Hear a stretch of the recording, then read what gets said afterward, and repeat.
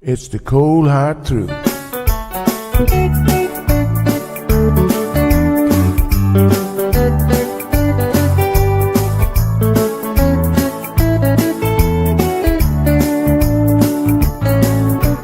Everyone really want to know what's going on with her show. Just get on the air and you will know it's Sandra. The queen of the mile road is here, helping people from everywhere. Get on the phone and you will hear Sandra. Now she will tell you how it goes, but don't you ever step on her toes, 'cause you will hear the cold hard truth from Sandra. They say she's the hero in town, helping people from all around. You get a call, your money is found, it's Sandra.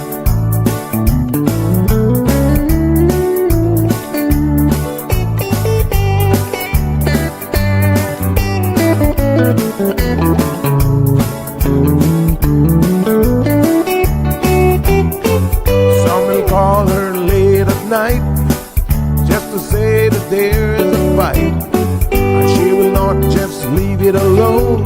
She'll get up and call on the phone, and when politics starts on her show, everyone really wants to know the way the things will really go with Sandra. And some will start to criticize, get on the show and tell pure lies, but someday we'll realize it's Sandra. And when they start to argue again, she'll pull the heads to the wind, and soon you will be a friend with Sandra. 'Cause every day everyone wanna hear from Sandra. 'Cause every day everyone wanna hear from Sandra. 'Cause every day everyone got to hear from Sandra. 'Cause every day everyone got to hear from Sandra.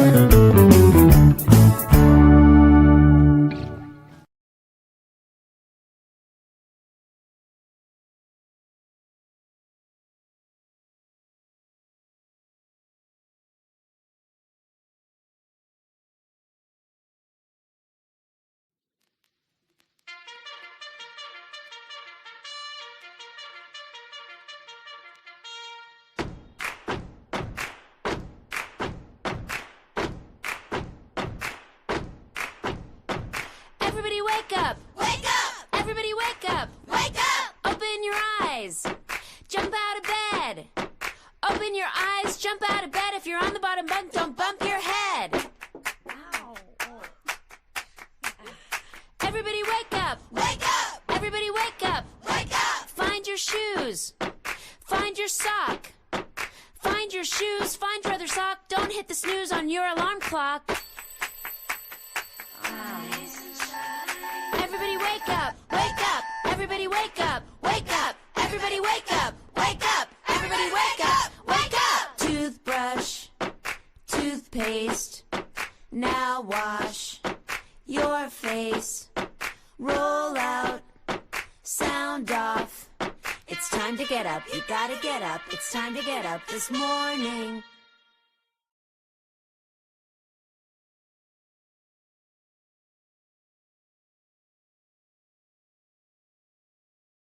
All righty. Did that do it for you?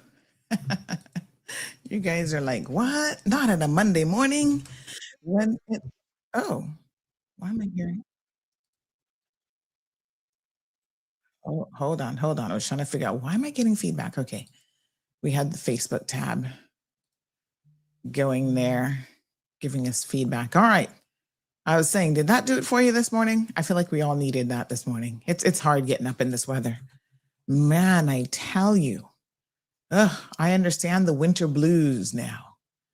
You know, when it's like dreary like this outside, oh my gosh, all you want to do is sleep. Who's with me? Yes, honey child, I feel you.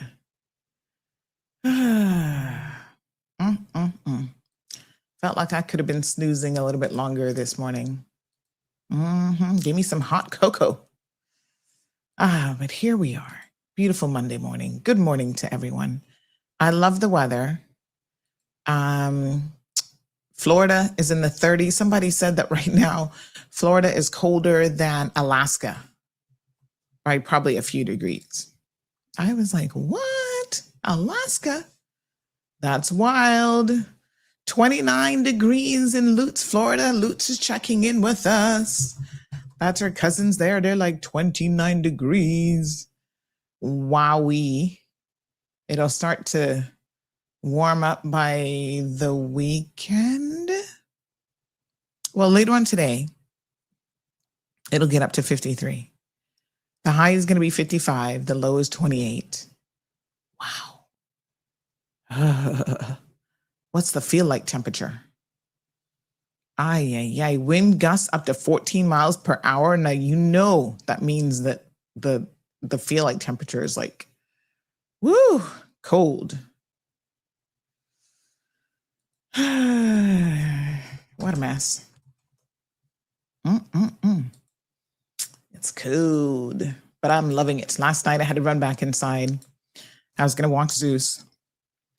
And I went outside, and then I was like, oh my gosh, it's colder than I thought. So I ran back in and got my hoodie, my little fleece hoodie, and I put that on. And even then I was like, hurry up, walk, do your business so we can go back inside. Cold. Yep. But you gotta love it. It's nice. You get a reprieve. You can turn that air conditioner off. Although I'm going to be honest with you, inside, if you don't have the AC on, it still feels a little bit, it's weird, but you still kind of feel like you need a little air circulation. So open up the windows. That's the thing to do. Crank open those windows. I know most of us, we don't even have windows anymore that can open. You know what I'm saying? All these security measures. It's like, oh no, I don't have a window that can open, Auntie. Not anymore.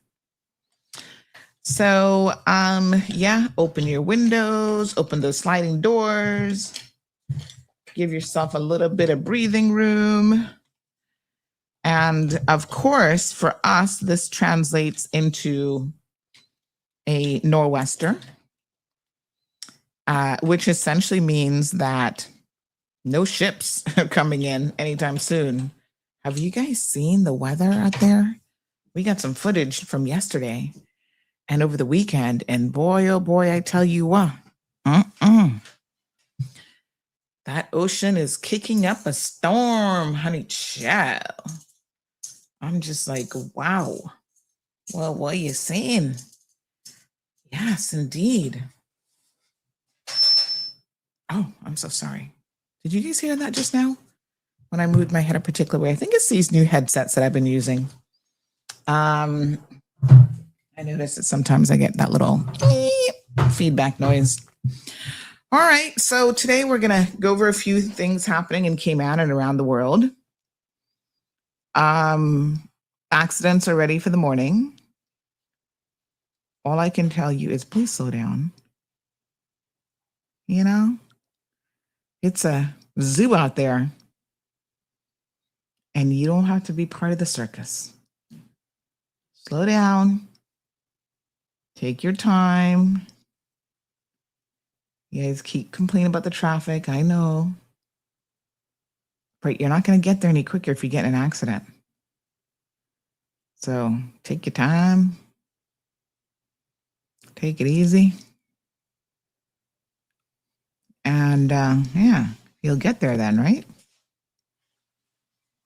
There was one last night by the Baden Town Rubus, I believe. We didn't even post that one because it's kind of late. And I thought, I'm already in bed. I was not about to get up. Anyway, had a good weekend. Relatively quiet. I did some studying because I have an exam today. I still get anxiety from exams. Am I the only one at my age? Yeah. You ever knew someone who had such bad exam anxiety? I knew someone in law school. No, not law school, but when I did the PPC, she was doing it with me. Mature woman, had big kids and everything, had a very successful career in banking. I won't say any more because I don't want to identify her. But she used to get, I know during one of her exams, she actually started crying. She got really bad anxiety. And I think it was largely because she's a perfectionist. And she really thought, Zeus, excuse me. Yeah, so she really was upset that if she didn't think she studied enough or, she wasn't going to get a perfect score, that it just wasn't good enough. And so she actually had a little bit of I think it was like a panic attack, to be honest. A little bit cooler. So I've never had any kind of anxiety like that bad, but I do sympathize with people who do. But I just felt a little tinge of oh my God, I haven't had an exam. I actually haven't sat an exam in so long that, yeah. And then I always tell myself, what's the worst that can happen? You fail, and then what? Maybe you redo it. Listen, don't stress yourself out about these things because life really does go on. Ooh, still a little bit hot. So, but I did feel a little bit, I wouldn't say super anxious, but I remember before I clicked the button to go into the exam room, I was like, okay, just breathe.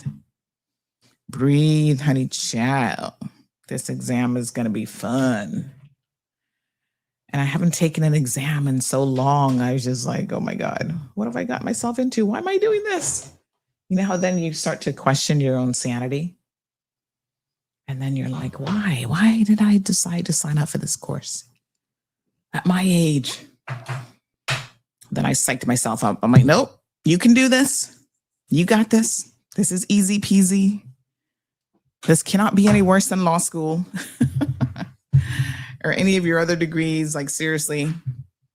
And so, yeah, I just buckled down and did it. Now, the good news is technically the exam is today.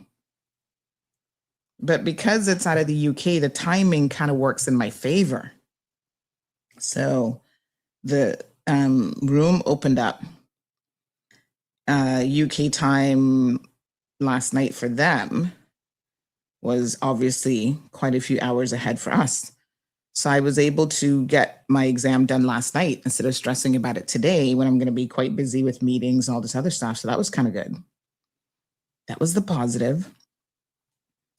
So I spent some time over the weekend kind of reading through my material. I got this, the part that had me the most stressed out, because it's a journalism course that I'm doing. But the part that had me stressed out was the law part. Can you believe it? After having done a law degree, that was the part that was stressing me out the most. Because I know how law can be, yeah. But it wasn't that bad. I think I did all right. I'll let you guys know when exam results come back. And of course, they get standards. So, you have to get a certain mark and stuff like that to be considered successful. But the media law part is challenging from the perspective that it's different, although we're a Commonwealth jurisdiction. It's still a little bit different because this is based straight off of UK law. So they have their own contempt of court legislation. And then it's trying to, remember case law, which, I mean, it's obviously online, so it's not like you can't crack open your book, but you don't really have time. Like, you have to kind of know the general bits and pieces of it to answer the questions. You don't have time to be like, oh yeah, I'm going to look up every single answer, because then you're reading chapters at a time. And they ask you very minute things. For example, one of the questions is about reporting on minors and whether or not, after a case is over, if that minor could still give you consent. And I think they were like 15 or 16 in the exam question. And so age matters, because there's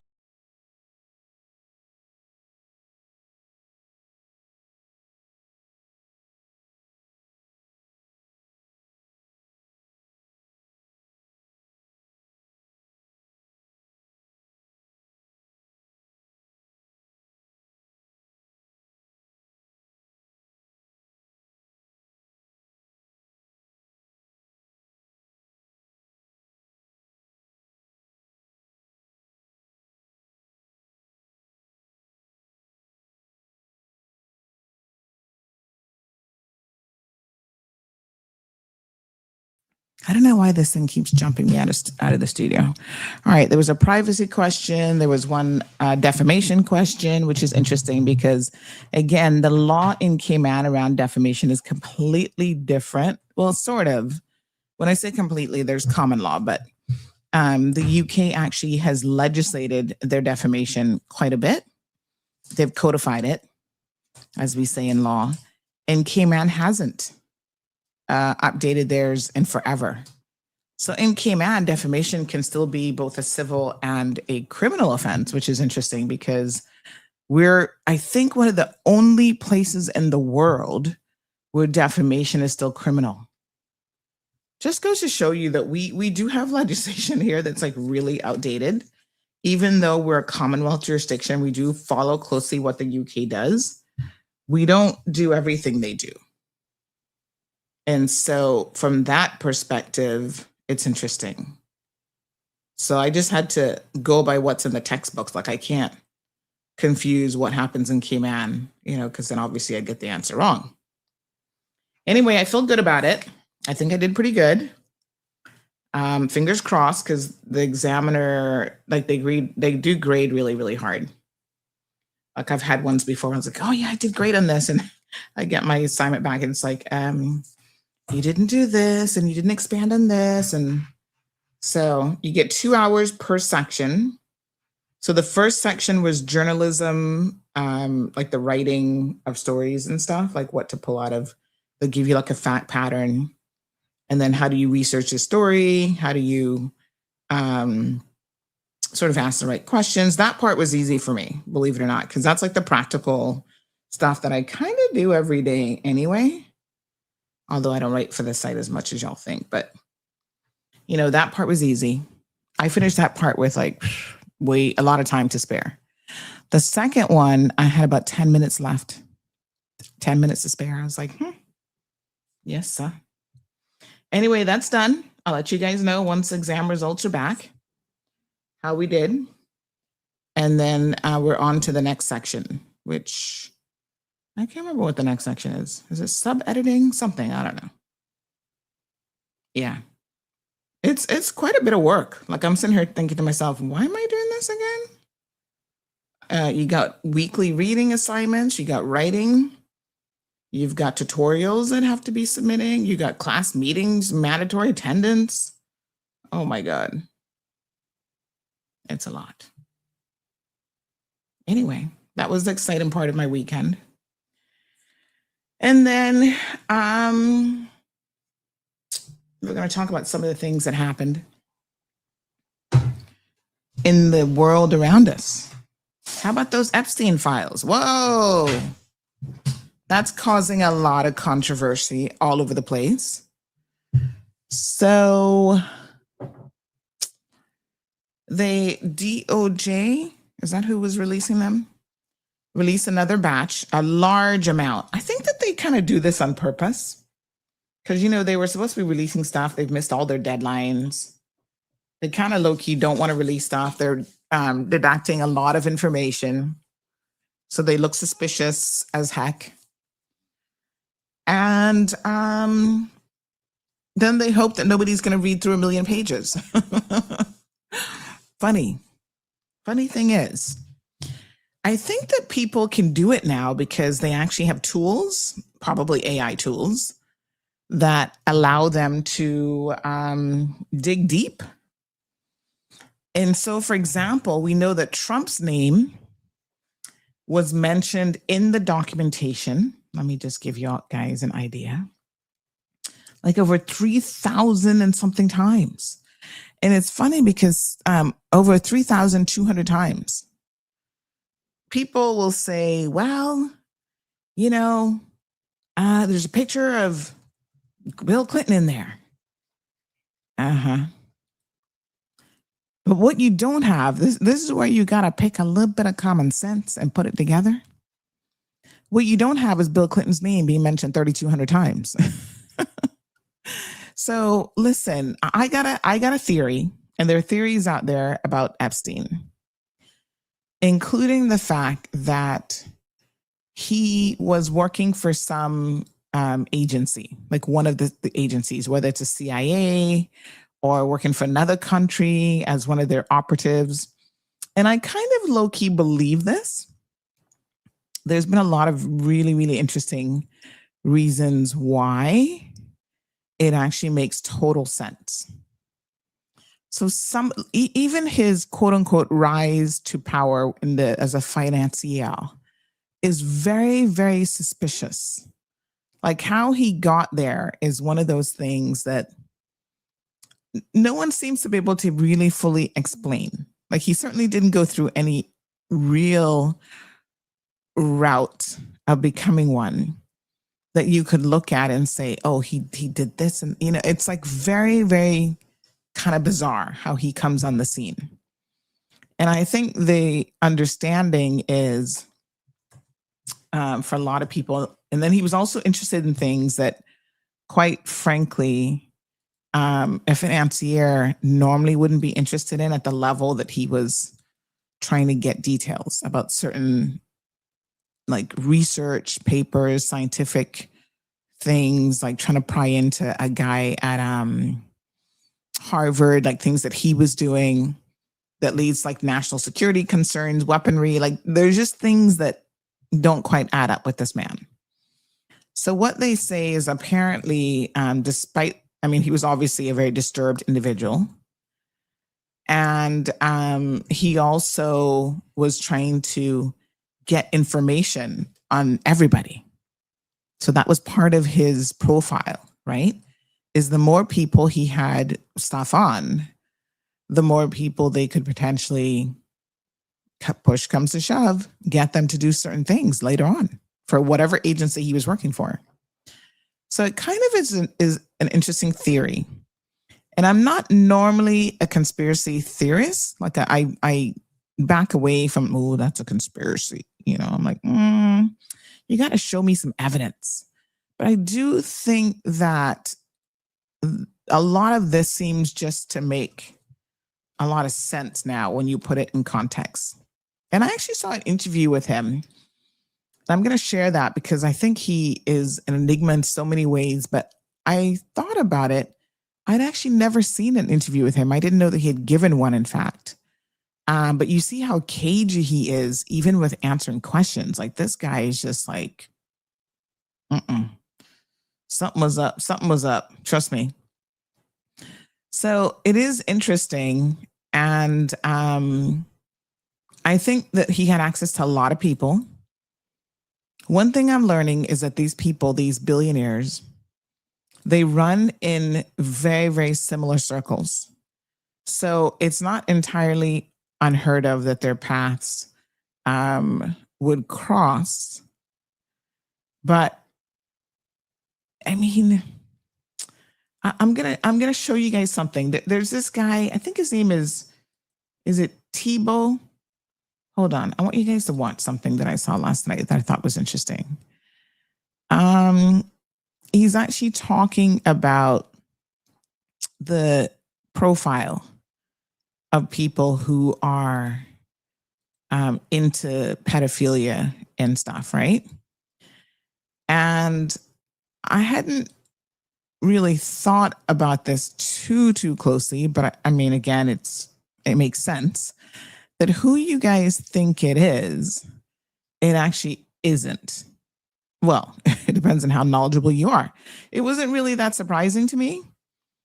So the average person who is into child porn, who, you know, when they go on these websites and you've got the detectives pretending to be the kid and they finally arrest these guys, tends to be Caucasian, male, middle age, kind of like average, what you think run of the mill person. And where that's interesting is because in your mind, so many of you want to think of them as particular monsters of a certain kind, you know? Like, oh, they must be Tim Tebow. That's his name. Is he a football player or something? But yeah, you guys want to think that, oh, they must be the gay people. They have to be Black. They have to be, you know, it's like you want to criminalize certain people. And whilst I say very, very cautiously, of course, anybody can be a perpetrator and anybody can be a victim, there is a type that exists. And that type is, you know, yeah. Your dad sitting in church every single Saturday, that dude, or Sunday, my apologies. That dude claims that they're, you know, grew up well, man of the faith, whatever. Now, I don't know much about Tim Tebow, but I suspect that there's a story there. And I saw one of the comments that said something about his dad. So I suspect that there's a story there about Tim. And he was probably a victim. The way that he speaks about this, he sounds like he speaks a little bit from experience. And so someone said that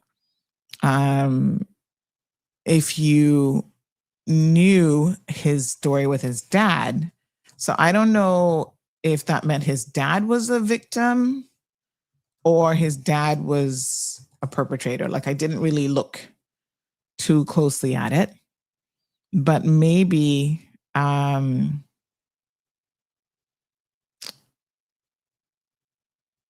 think his dad might have been, he was a Baptist missionary who served in the Philippines. Okay. I'll look it up because I don't want to misspeak about him and his family.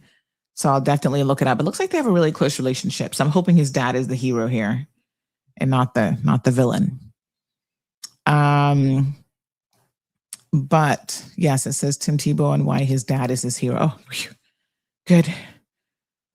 You just never know. I mean, but you know, yeah, if he was in the Philippines, he would have heard a lot. He would have seen a lot and heard a lot, honey chill. But here's the interesting, I want you to look at this because, you know, these people had so much influence and power because of who they were, the money that they had. And so as people go through all of this documentation, there's just so much that is coming out. For example, the royal family. Not that I necessarily had a lot of respect for them anyway, you know, because they live a very sheltered and different life and they've always been protected from time, you know. They have been gods, literally. They have seen themselves as God and we're just a little peasants that get whatever, little scraps of looking at their lives. You know, they live exorbitant lives. Listen, I don't even want to get into it because low key, you know, I don't have anything with them against them personally, but I think that the desire to want to worship people like them is very, very problematic. And of course, being an overseas territory, we ourselves suffer from this complex where we think that everything that's like English and proper and whatever is better. You know, Caribbean people as a whole, I think, have this complex, but Caymanians particularly, I know from experience, really, really have that complex. Anything from a foreign, and especially foreign being the UK, is put on a pedestal and is somehow better than we are. And so Am I surprised that so many of them are perverts? Am I surprised that former Prince Andrew was a pedophile? It looks like really? No, that doesn't surprise me. He just had Mama Dearest protecting him until she couldn't protect him anymore. Apparently, even his daughter now. Did you guys see this headline where his daughter has cut ties with him? Which one is she? Can't remember her name. Beatrice, Eunice, something, whatever their names are. She's cut all ties with him now. She doesn't want anything to do with her dad anymore. I mean, who would? When you think about this, right? Not for nothing, but when you have people like Andrew and, Trump, I can't imagine how their family members must be feeling. Like, if somebody can do that to somebody else's kid, you think your kids in the family would be safe from them? I'm not so sure. I wouldn't trust him. Huh? Who? Not me. And I mean, let's be fair. Trump has always irked me because he has always demonstrated a propensity to say very sexually disgusting things. Robert says no sound. Anybody else getting no sound? I think we're good, Robert. Maybe check your connection, honey chill. But yeah, I mean, think about the things that he's even said about his own kids. When he talks about their assets and stuff and what he likes about them and how they're similar to their mothers. I mean, nobody does that. That's normal, right? So do I think that Trump was having relations with these underage girls? Absolutely, 1,000%. I would bet the farm and then some on it. That wouldn't surprise me. That seems like that's right up his league. And I know a lot of you feel comfortable ignoring that, which I find very disturbing that you would for anybody. So yes, there's a lot of people, and I don't think that every single person who took a photo with him or who attended one of his parties would have been into that, because I think you had to be in the inner circle in order to have access to these underage girls and the pedophile side of things. Do I think that someone who's mentioned 3,200 times and who, there's emails about like that thing with Trump and keeping it secret and this and that, and we have stuff over him. Yeah, that is all signs point to someone who was in the inner circle. And let me be clear with you. You do not hang out with perverts like that if you're not like them. Let that sink in. That old adage, birds of a feather flock together. I can assure you that nobody in their right mind would know what, what's his name? Jeffrey Epstein was into. And you want to hang out with him all the time. Private parties on his private plane. So it's possible that the more casual parties, people didn't really know what kind of devil he was, right? So like the guy there who now is being accused, Bill Gates, right? Okay, so I think there was different levels. This is how I envision this from the evidence I'm seeing coming out. I think there was different levels of access. So there was kind of like the white party. It's kind of like the Diddy thing, right? You had the white party. Hundreds of people invited to the white party, but only an exclusive number get to come to the after party. And then an even more exclusive number get to come to the freak-offs, right? So you don't get an invite to the freak-offs unless he already knows that you're up for it. Bill Gates, he was invited to the first two tiers. The party, the regular party, taking pictures, rubbing shoulders, whatever. And the after party where, yep, he probably did have relations with Russian, prostitutes and call girls and whatever. And that's how he got an STD that he likely passed on to his wife. I believe all that. Because everybody knows that his wife left him after 20-something years, 27 years of marriage, because he was, he was cheating on her. And these people have a different level of cheating, I guess. They can't just pick one side chick. They're bringing in call girls from Russia. And so then there's another layer who was in his inner circle. And those people in his inner circle are the Trumps of the world. Trump, Andrew, yeah, that's them. So they know what he was up to, the disgusting sex trafficking of underage girls. And you can't sit back and know that someone is like that and still be their friend, still hang out with them, engage with them. There was even something about when he first saw, what's his wife's name? Melania, right? He actually was in one of the emails. He actually made a comment to Epstein that that part of her behind is so fine and this and that. I guess that's his way of making a pass. Like, I don't know. He doesn't seem to have much swag, but when you're rolling in those circles, you don't, because you just rape underage girls. So it doesn't really matter. It's a lot to take in. It really is. Sarah Ferguson. This morning, the headlines: former Duchess of York husband is also named in the files. Of course he is. Pictures of him over someone who looks like they're passed out. And she told Epstein in an email, "Marry me," and declares her love in emails. You see, granted, he was loaning her a lot of money. He was paying off her debt. We know all this stuff already. It's just so crazy. But these people were, oh my gosh.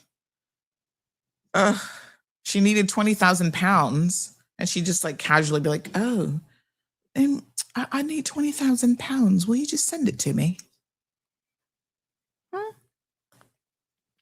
She actually asked Epstein to marry her, knowing what he was is so disgusting. Apparently, one time she got upset with him because she said he had disappeared. "I did not even know you were having a baby." He has a baby? Ew. She said, "It was so crystal clear to me that you were only friends with me to get to Andrew." Oh, jealous. But she claimed, she thought that he had claimed to have a child. So she claims, oh God, I know that poor child would be tormented if that was the case.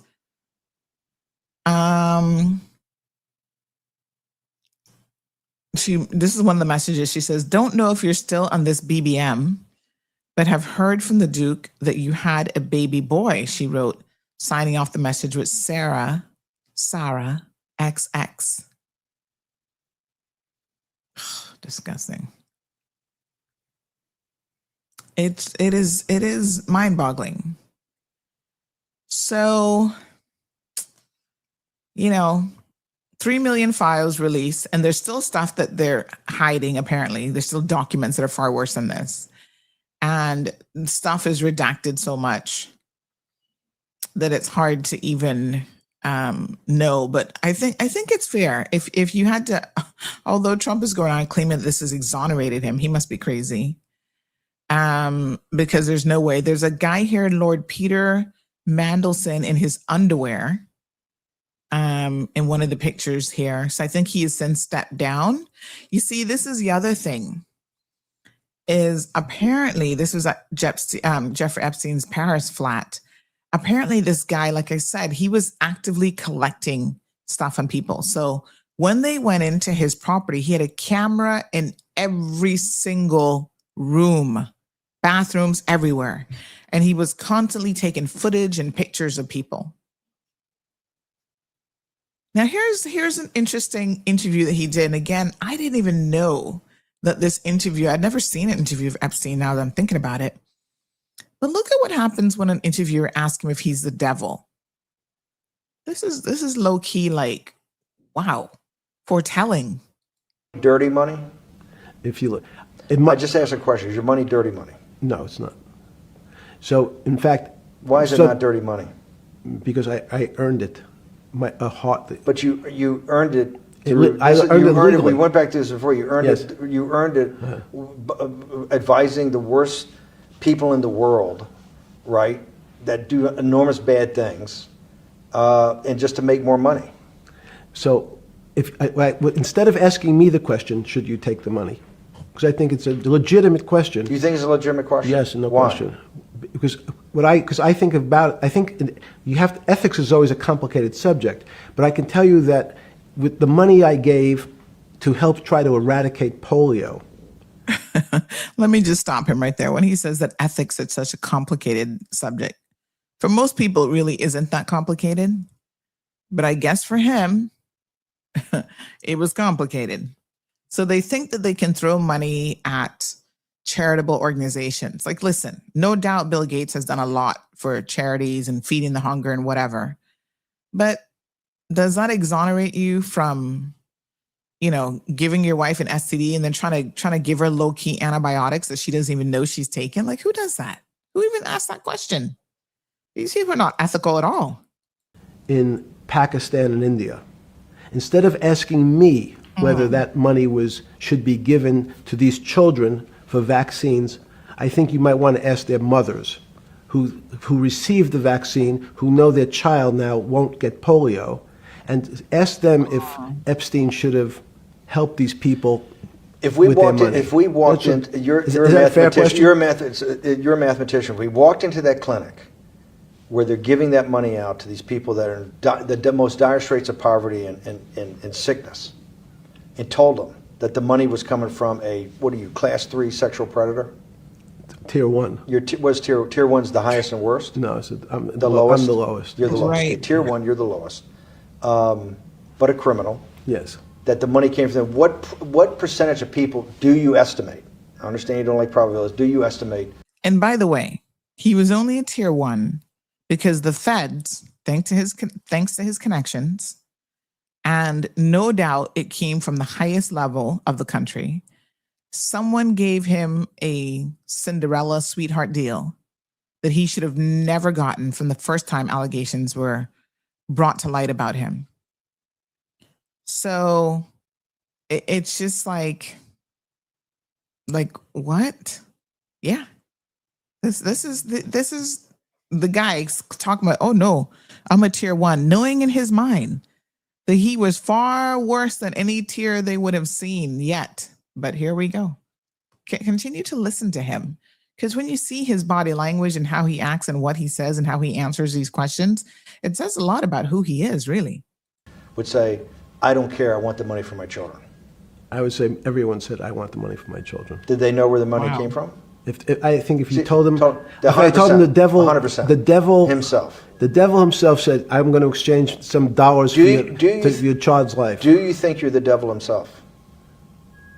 No, but I do have a good mirror. It's a serious question. Sorry. Do you think you're the devil himself?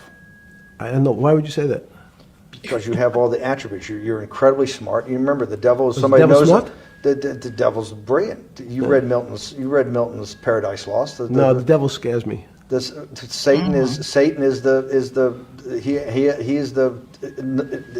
at the number 1 or 2 archangel, and the reason he goes to hell and leads the rebellion is because he can't be the top guy. And his thing is, I'd rather reign in hell than serve in heaven. I saw that in a movie once called American Dharma. I don't remember who said it. Okay, we have to go. Okay, good. Okay. What? Wow. So that was released in the latest Epstein files. I guess that's why I've never seen it, because it wasn't public. But wow, it's just unbelievable. Here's the Tim Tebow interview I was telling you guys about. Number 1, offender type is biological fathers, but by far it is being done by middle-aged. So just to be clear, because I think it's a little bit muffled what he says there, but he says the number 1. The number 1 offender type. Offender type. That's a little bit unclear, but the number 1 offender type is actually biological fathers. Let that sink in for a second. The number 1 offender type for child sexual abuse is biological fathers. You know how scary that is? Oh my God. His biological fathers, but by far it is being done by middle-aged Caucasian men. Many, over half of them college graduates. It's time that we call them out. We can't stand by and stand back. Like, we have to stand up. Not only are we not doing our job as men, it's actually the opposite. Instead of being defenders and protectors of our families, we're hurting and abusing. Thank you, Tim Tebow. Mm. Tim Tebow is right. And so why isn't conservative media exploiting this shit? Fuck you, conservative media. And any Oh my Lord, my apologies.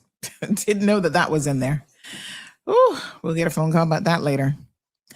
But you see the point that somebody says, is that not AI? No, that was an actual interview that Tim Tebow did.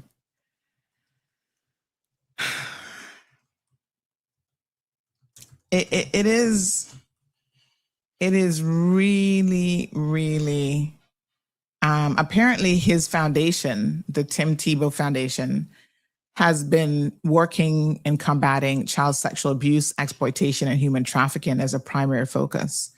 And so he has had a lot to say, like, around this. He's tried to educate himself, on trying to stop child exploitation. It is rampant the world over. And it is really, really unfortunate that we have people in leadership positions who are some of the biggest culprits out there. I don't want to get too deep into this today. I just want to say that with more of the files that are coming out, we'll see more in the coming days. It is really, really shocking to see the people that were a part of this, some, like I said, at varying levels, but the ones who were deep in it with him, who were his closest friends and confidants and, you know, wanted to go to every single party and whatever, of all of those people, the one person that is mentioned over 3,200 times, I'm going to say it again, over 3,200 times in the latest round of documents released is none other than Donald Trump. Let that sink in. It is a lot. And he's a leader of what is supposed to be the best country in the world. Not so much so anymore, but y'all know what I mean. Now, here's a little joke for you. This one says, you know who doesn't appear to be listed in the Epstein files? And this is a video of Joe Biden walking away and looking behind.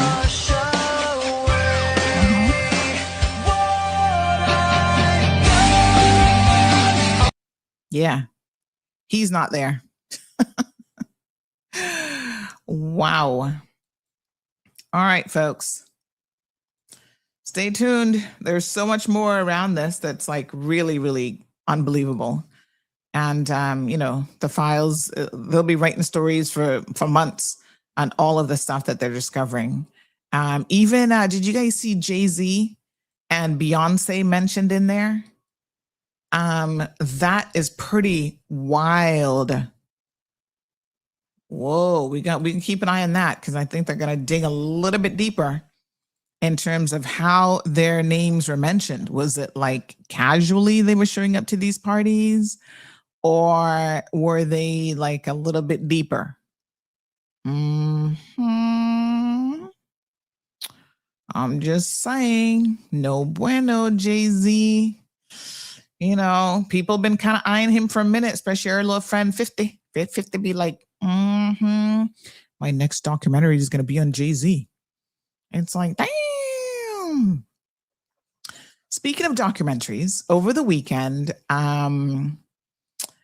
Melania, the documentary was released, and there's been some interesting feedback on it.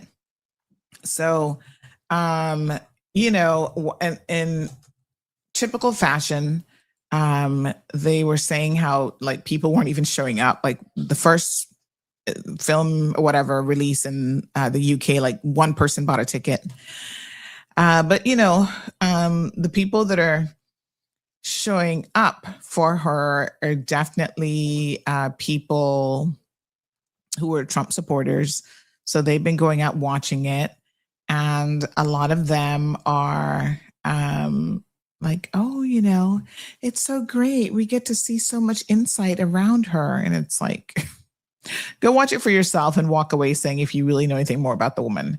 She's like the weirdest enigma. And I have a theory about her too. Like, listen, she's just there. She's a lot younger than Trump, obviously. They've been married now, I think, been together for 20 years. She knows he's not going to last much longer. Listen, if Trump gets another 2 years out of life, given his lifestyle and stuff, and all his health issues, that's going to be plenty. She will live gloriously in the penthouse in New York and have a fabulous life after he's gone. And a couple years after he's gone, she'll marry someone much more, you know, up her alley. And she'll be fine. But they're pushing this narrative that apparently, you know, the film is doing so well. Not compared to the 70 million or whatever that they spent. They're not going to make that money back. But it beat box office predictions. Well, that's because the predictions were like really, really low. Not only that, they're claiming that it's like the narrative that they're pushing is strongest documentary debut in over a decade. What kind of documentaries are they talking about? Because even the P. Diddy documentary did way more in that first weekend than this. So you have to look closely at how people use words and the things that they say. So $40 million to make, $35 million to promote. They gave her some lump sum money as well. So of course the Trumps are all about lining their pockets. Remember now, since he's been in office in the last year alone, the net worth of him and his family has tripled. This is a man who says he's not taking any salary, and yet his net worth has tripled. And every opportunity he gets, he is suing his own government. And then those are the same people that answer to him that have to decide if they're going to pay him out. It's a little crazy when you start to break it down. But the latest lawsuit is what, $10 billion to the IRS and the Treasury. And so even if they settle with him, that's people that he has hired that now have to decide if his $10 billion lawsuit has any merit or if they're going to just settle with him to make it go away and to line his pockets again. The things that are happening are just so, I feel like I live in some kind of alternative, like weird universe. It's just bizarre. Like it's just nowhere in the world does this make any sense. So the other interesting thing that happened over the weekend, over the last couple of days, is several journalists have been arrested in relation to some protests at a church, right? Of course, you know, MAGA supporters say people like Don Lemon barged into the church and, you know, they should be arrested, they should be charged. It is very, very interesting because I tell you what, I have been involved in protests, right? You go there, yes, as a member of the media, but sometimes you do support the position. I'm thinking about, for example, with Mike Adam and his family, with that crazy neighbor, right? We were there covering it, live streaming it. But of course, I was also in support of like the right position in that protest. And I was saying, you know, you need to get the heck out of here if you think after 40 years of having a right of way that you can come in here and try to change things up. Like, who the hell do you think you are? You know? And so here's the funny thing. In relation to that protest, I was actually arrested and charged with disorderly conduct. And I looked at it and thought, okay, I pled guilty. I'm like, I probably was being a little bit disorderly. It's not like it's okay. I mean, I did, you know, use some profanity and kind of tell him to get the hell out of here if that's how he was going to go on. So, yeah. But to criminalize it using the KKK legislation, it's wild. I mean, what they've actually charged him with, and I forget what the other lady's name is as well. It is pretty crazy. So we wait and we watch and we see. Apparently, they were trying to get an indictment from a judge, and twice the judge turned it down and said absolutely not.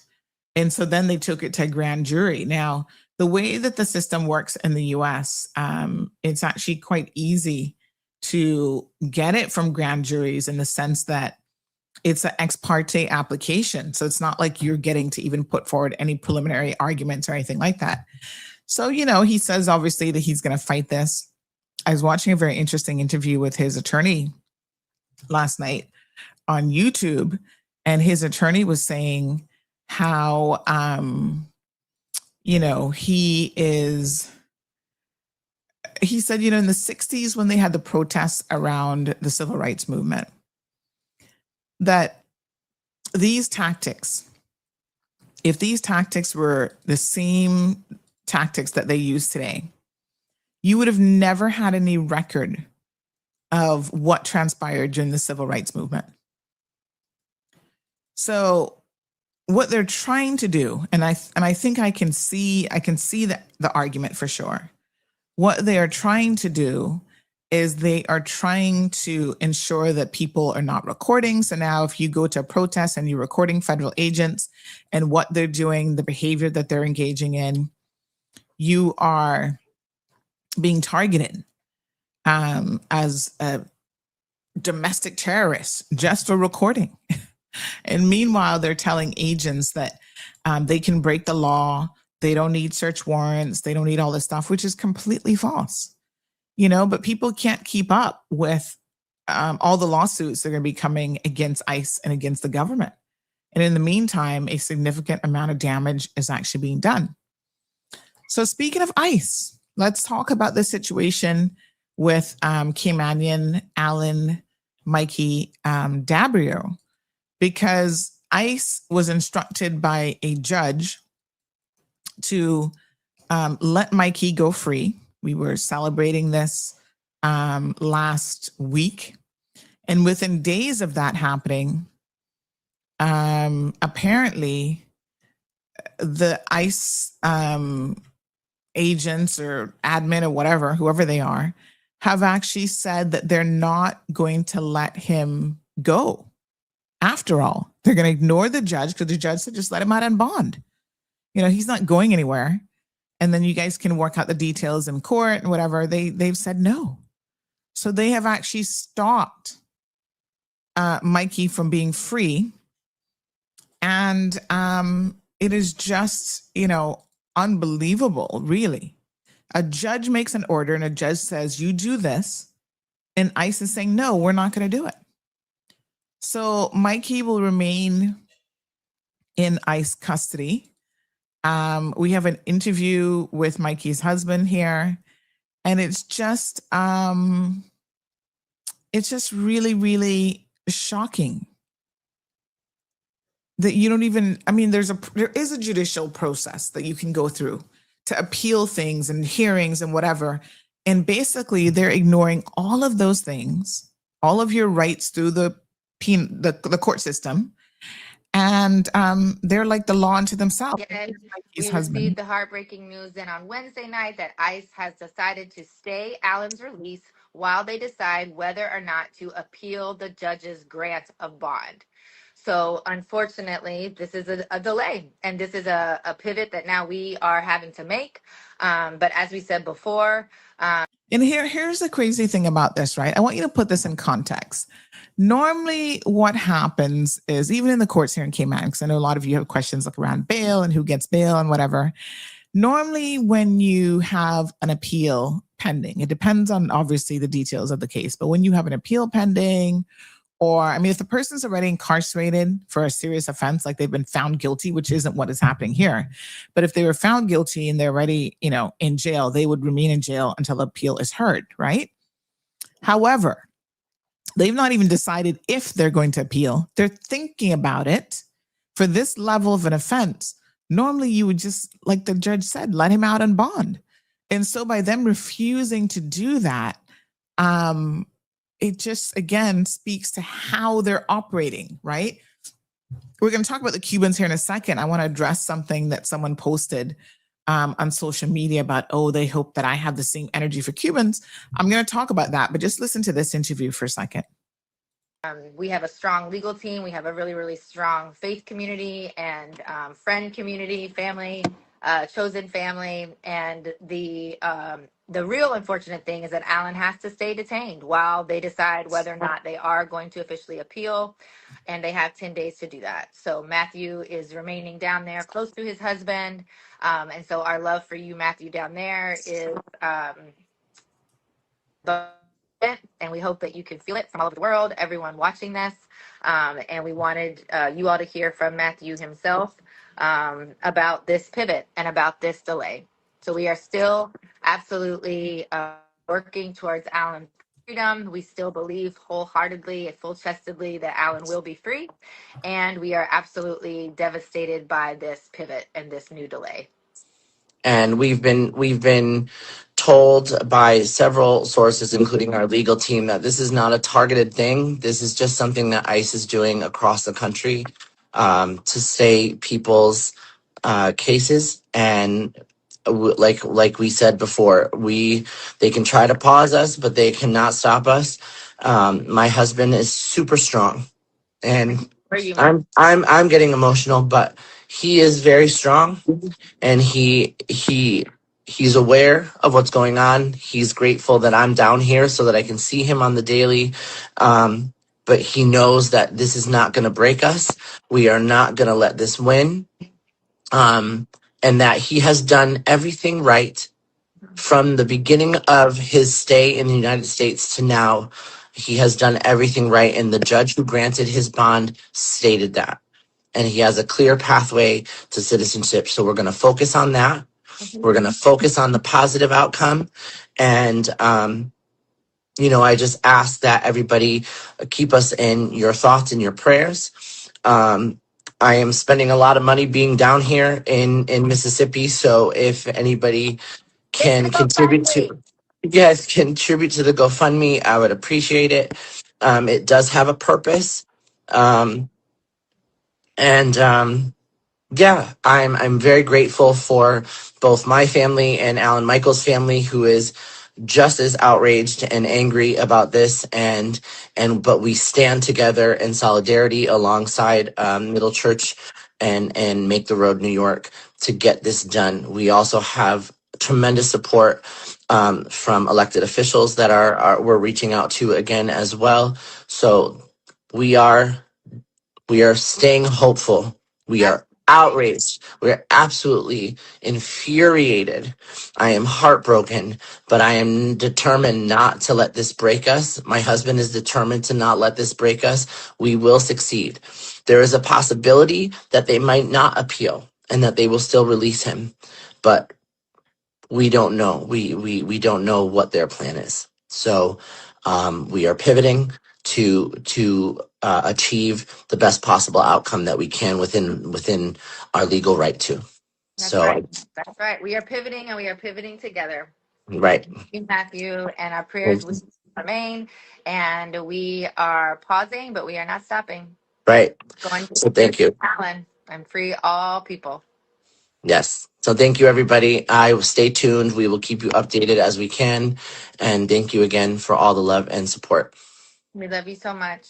Thank you, everyone. So really sad situation to go from the high of this, thinking that he was actually going to be getting out because the judge said so, to then them saying, oh, hold on a second. We might appeal. Hold on a second. We might appeal it. So in light of that, we'll just keep him. He has not, someone just said, oh, how Donald Trump is getting rid of all the criminals and stuff like this. And it's just like, okay. But the vast majority of people who he's arresting are not criminals. So it's like, what? It's simply not true. So there's that. People just believe what they want to believe. You know, they're not even fact checking anything anymore. So, yeah. And then people like Nicki Minaj. She's illegal, undocumented. And yet, because she's on his platform, although I think he pulled a little fast one on her, because he gave her a Trump gold card, and then they're like, oh, it's just a fake little memento thing. And she was all on cloud nine over it. Huh. All right. Anyway, he says that he's going to deport all of the illegals, which is between 11 to 13 million undocumented immigrants currently reside in the United States of America. And here's an interesting fact that I think you guys, I thought it was an interesting fact anyway, is that apparently for the first time in American history, the population, first time in 250 years, the population has actually declined in the United States of America. Isn't that interesting? An actual population decline. So this has some interesting implications that I'm sure none of Trump and his supporters, anybody else is thinking about. But, yep, Donald Trump is causing the United States his first ever population decline in its entire 250 years.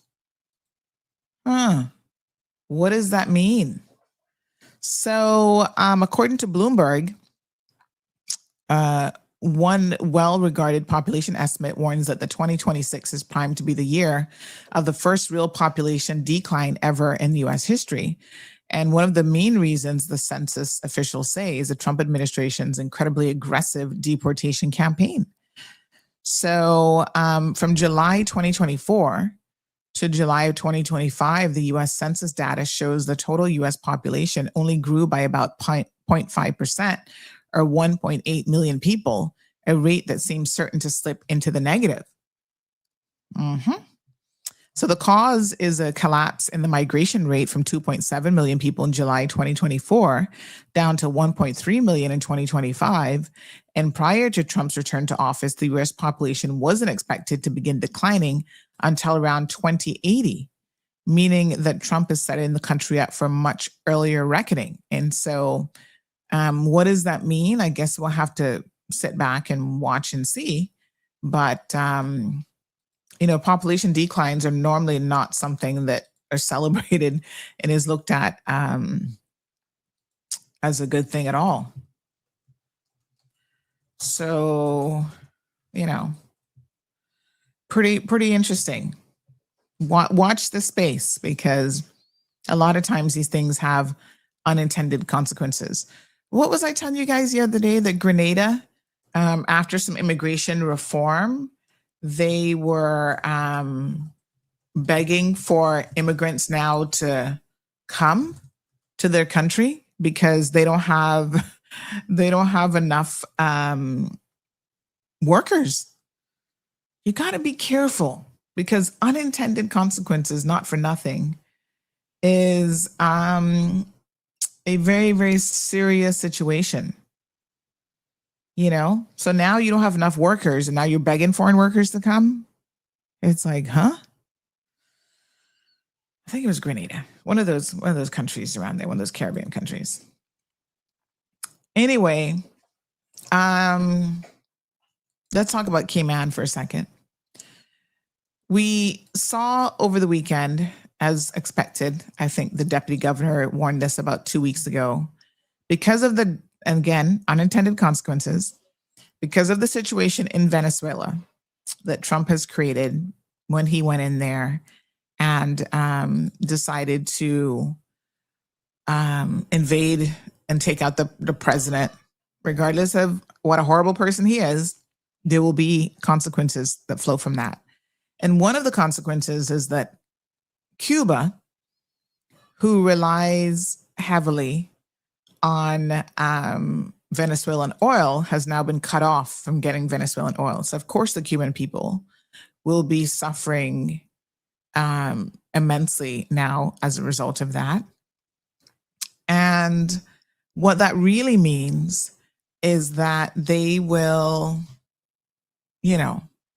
start to migrate elsewhere, as we've seen them do in the past. And so their migration, one of the places that, just because of our close proximity, the direction of the waves and whatever, I'm surprised they made it in this choppy water, but they seem to get to Cayman Brac a lot easier than they do to Grand Cayman. So they end up here. We had 10 that came in to Cayman Brac over the weekend. The government hasn't officially released anything as yet, but as you guys well know, CMR, we got people in the Brac, we got people in Little Cayman. So they actually came into Little Cayman, my apologies. And then they were going to be moving them from Little Cayman to Grand Cayman so they can start the processing of them.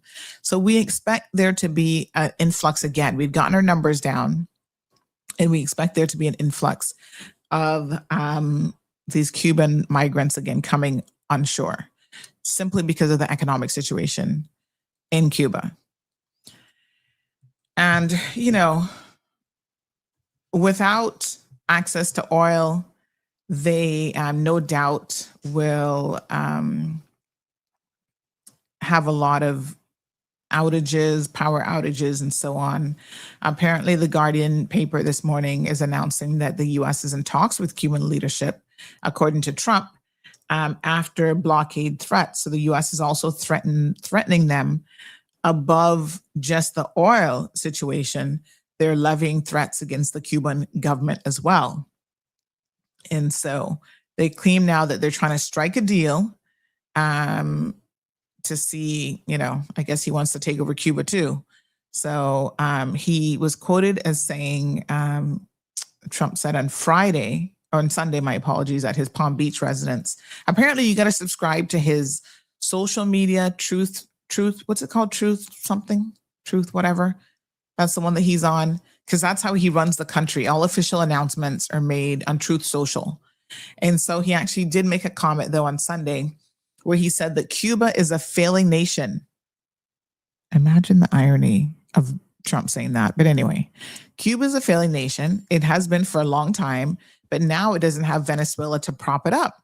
So we're talking to the people from Cuba, the highest people in Cuba, he says. I can see him saying this, the highest people in Cuba, to see what happens. So this is what he told reporters at his Mar-a-Lago estate in Palm Beach, Florida on Sunday. I think we're going to make a deal with Cuba, he says. He didn't make any indication what a deal might entail. But he said on Saturday that it doesn't have to be a humanitarian crisis. I think they probably would come to us and want to make a deal. Really. They have a situation that's very bad for Cuba. They have no money. They have no oil. They lived off of Venezuelan money and oil, and none of that's coming now. So on Thursday, the Republican president signed an executive order threatening to impose additional tariffs on countries that sell oil to Cuba. So not only is he cutting off the Venezuelan oil, right, which Venezuela, I think, was their biggest partner in that, but he's also now threatening anybody else who supplies them with oil that he's going to levy additional tariffs on them. So on the weekend and Friday, there were long lines at the petrol station in Havana. People can't get oil for, heat and gas and just electricity even. And so that seems to be their position. They want a regime change in Cuba as well. So they're dictating around the world who leaders of other countries should be. So they're continuing to put the pressure on Cuba. So Reuters also has another interesting headline. It says Washington schools Cuba after crowds heckle U.S. diplomat. What a hot mess.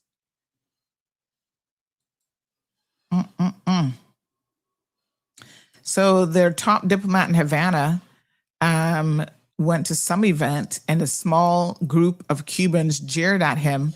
And so now Washington's upset about that and they're blaming the Cuban government.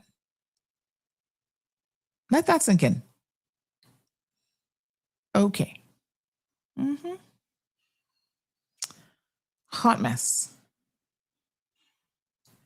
Pope Leo, he's getting into it. So the Vatican News reported that Pope Leo was joining Cuban bishops and calling for dialogue with the U.S. He expressed some concern for the rising tensions between the United States and Cuba.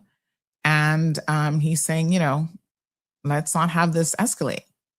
So who else is going to be helping Cuba? Well, Mexico, right? So apparently they're now walking a diplomatic tightrope after the U.S. president threatened to impose tariffs on countries that are sending oil, because they will send oil, and they do send oil to Cuba.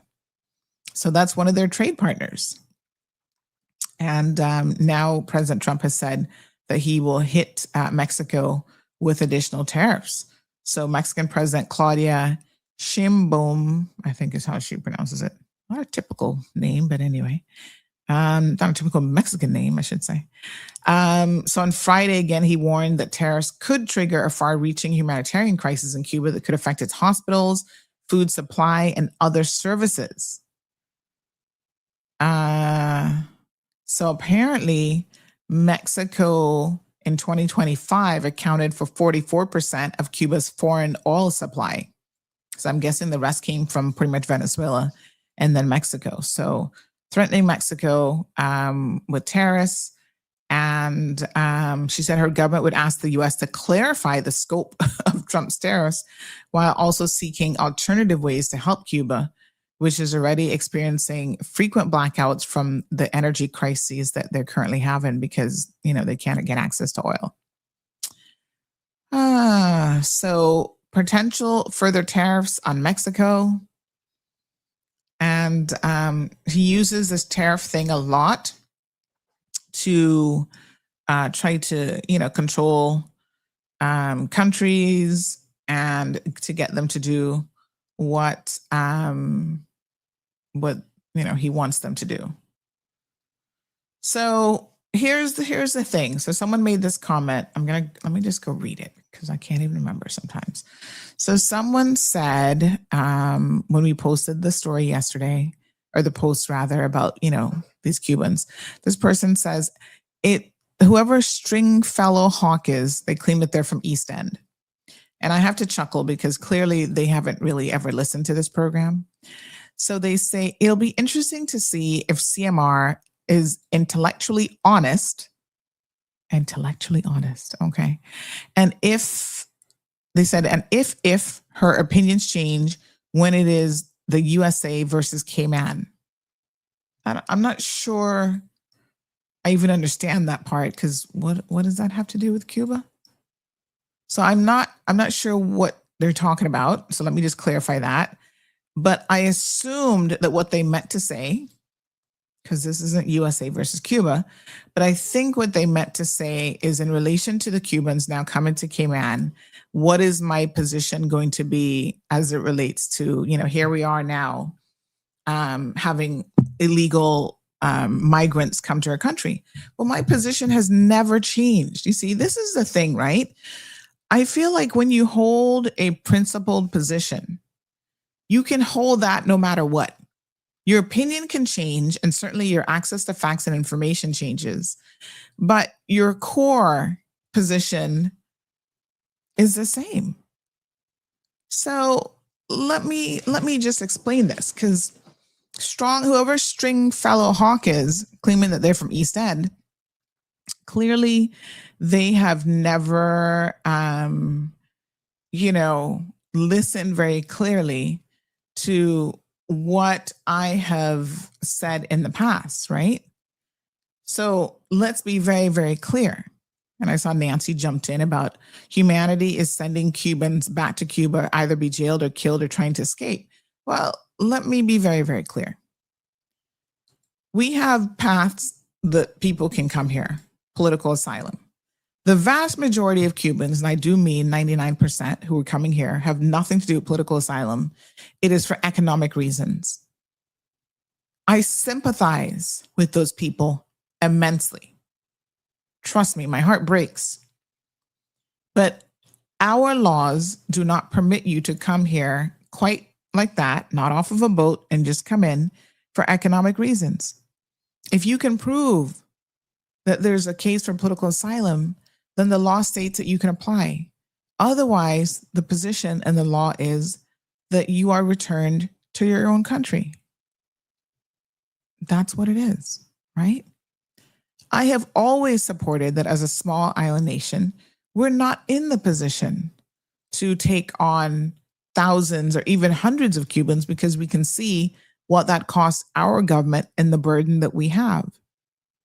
Now, here is where MAGA and people like whoever this strong string fellow hawk and I probably differ considerably, is that does not mean that when they come here, and you guys have heard me say this before, in fact, CMR has been the only media house that has given Cubans any sort of real voice in terms of potentially how they're being treated here, right? When we did that expose interview where we went through the Civic Center there in Town, I told you guys, as Caymanians, as just human beings, we have an obligation to never treat people less than that. I get it. Do we want them here? Not really. Right? Okay, that's fine. But once they are here, we don't get to abuse them and mistreat them. Nobody should do that. So this has always been my position. We need to maintain minimum standards, right? We don't need to beat them up. We don't need to abuse them. We don't need to starve them. We don't need to treat them. No, that's not right. And so we have a pathway that allows people, if it's political asylum, you make your case and you go from there. If it's not, unfortunately, you cannot stay in Cayman, right? We can't accommodate you. That doesn't mean that we're going to hate you. That doesn't mean that we're going to be mean to you. I was watching an interview, I can't remember who it was over the weekend, and someone said something that I had to sit back and reflect on, even from our position on immigration, right? Not that all of the people who come here are necessarily, poorer than we are, but a lot of them are. They come from very poor countries. And the interviewer and the interviewee were having this dialogue where they were talking about, let's just think about this for a second. President Trump and, the Republican Party and all them, they want you to focus on people who have come to the United States of America who have less than you, right? They want you to believe that those people who are disenfranchised and who have less than you are the real root cause of your problems in life. Someone who has less than you is causing you problems. And I thought about that for a second. And if you have to be fair, when you look at immigration and migration and that sort of thing, it is this part of it is very xenophobic. Part of it is you're almost prejudiced to the point where you really do believe that people who have less opportunities, they're the real threat. And the truth of the matter is, the poor people are not the real threat. The real threat are the people who have money, who have access, because with that money and with that access means that those people don't even want to follow the rules. They're not going to comply. They're going to do whatever they want. And so they're the ones running the world, right? The poor people are not the ones running the world. Somebody poorer than you and in less position than you, how are they running the world? How are they making a difference? They're not. It's the billionaires, folks. And listen, I ain't got nothing against billionaires if they're good people, but I'm just saying a lot of them are not good people. And so you have to look closely if you're trying to group people together and just blame entire groups of people about, who's causing the world to be where it is. Not for nothing, but the greed of that 1% has a real impact on all of our lives. people who are a couple strings lower than you on the ladder and the totem pole, they're not the ones who are impacting your life as much as you think. So I don't know. It's just really sad. And it is complicated because I think a lot of times that we get caught up in our own feelings about people. You know, we all have prejudices and misconceptions, and it really takes a person educating themselves about people even, right? To kind of try to shed some of those prejudices that we have. And, you know, because we're human beings, I think we lean towards discriminating against people who are different than us anyway. Like you have to work consciously against like, okay, I'm not going to be that person, right? I'm going to judge people and how I find them. I'm not going to try to clump all people together into one basket. And so it's an issue that we deal with here in this country, and we deal with, you know, on the world level as well. And so someone says Stringfellow Hawk was the name of the lead character in the 1980s sitcom series Airwolf, starring Jan Michael Vincent and Ernest Borgnine. I don't know. I never watched Airwolf, so there you go. This person says, morning, Cayman is too small for a flood of Cubans who have proven time and time again that they're ungrateful and entitled. And, you know, I can't honestly disagree with that because unfortunately, yes, the ones that we're getting here, and I'm going to say this with reservation, because as is usually the case, the minority cause 80% of the problems. So most of the Cubans they're like low key. They have a different kind of lifestyle. You know, they do things a little bit different. So yes, you know, a lot of us look down on them like, oh my God, we would never live in conditions like that. But you think that they're choosing to live in conditions like that? You know, remember the guy that I interviewed at the Civic Center who said that he did like, you know, journalism and stuff in Cuba? He actually had made it, the last time he checked in with me, he had made it to Mexico, but he couldn't say too much about his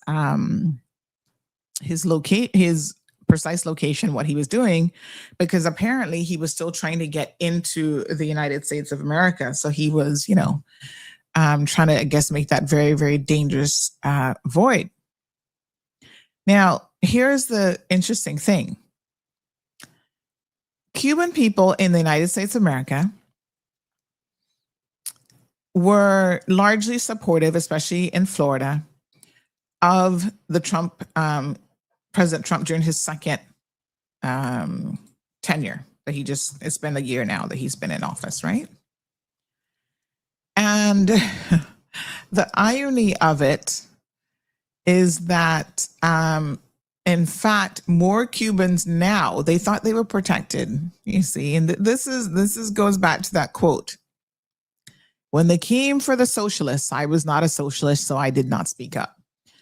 You cannot sit back and allow other people around you to be mistreated, to be disenfranchised, and to not think that one day it is going to be your turn. This is a lesson in just general humanity. Any government, any system that is willing to abuse anybody, any minority, that should never give you comfort. You should not feel comfortable. You shouldn't be able to sleep at night thinking that, oh, I'm going to be okay, because you're not. Because those are authoritarian governments that do not care about anybody ultimately, but the selected few. And the selected few are their friends, their cronies, who tend to be, you know, rich like them, white like them. They all think that they're special. Funny enough, most of them migrants, just 1 or 2 generations haven't gone to the US. You know, they're trying to kick out the Mexicans and the this one, that one. It's like, who do you think that they found there? You know, the Mayan Indians were like in North America way before y'all European even knew where it was on the map. Right? So when they come for them, it's only a matter of time before they're coming for you. Right? We sit back and we think we're comfortable. Okay. You know, this was written back at a time when they first came for the Jews. So we think, all right. And we see it time and time again. We can change out any of these words, Jews, communists, trade unionists, it doesn't matter. Because guess what? There are people sitting down, well, the farmers. Oh, yeah, they're not coming for us. Now the farmers are feeling it. African Americans, and well, you know, a few of us can support Trump. He's not going to come for us. And then he came for you. He has fired more African Americans under his tenure in the federal government than anybody ever. Make that sink in. Huh? Show me the people of color. Show me the diversity in his own cabinet. It doesn't exist. He hoodwinked y'all, and some of you bought into it. The LGBT community, some of you support Trump. Oh, I'm going to support Trump. And then he came for you. He came for your people. So it doesn't matter if you sit back, unless you're in that 1% where you can rape and pillage and, take millions of people money from poor people. And just because you have influence and money, you're going to get a pardon. If you're not in that very elite group of people, they're coming for you too. And this is just journalists. They thought that they were safe. They're coming for journalists. Nobody is safe when you have mad people in control of your country. And so there's a lesson here for all of humanity that we have got to be prepared to stand up for what is right. So no, I don't want Cubans and Cayman who come here illegally, but I understand their plight and I sympathize with them. And as someone who has actually lived in another man's country, I can tell you that most Caymanians, y'all have been very, very fortunate, right?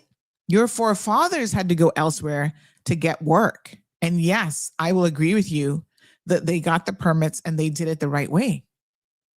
There might have been one or two that stowed away in a boat too. Yeah.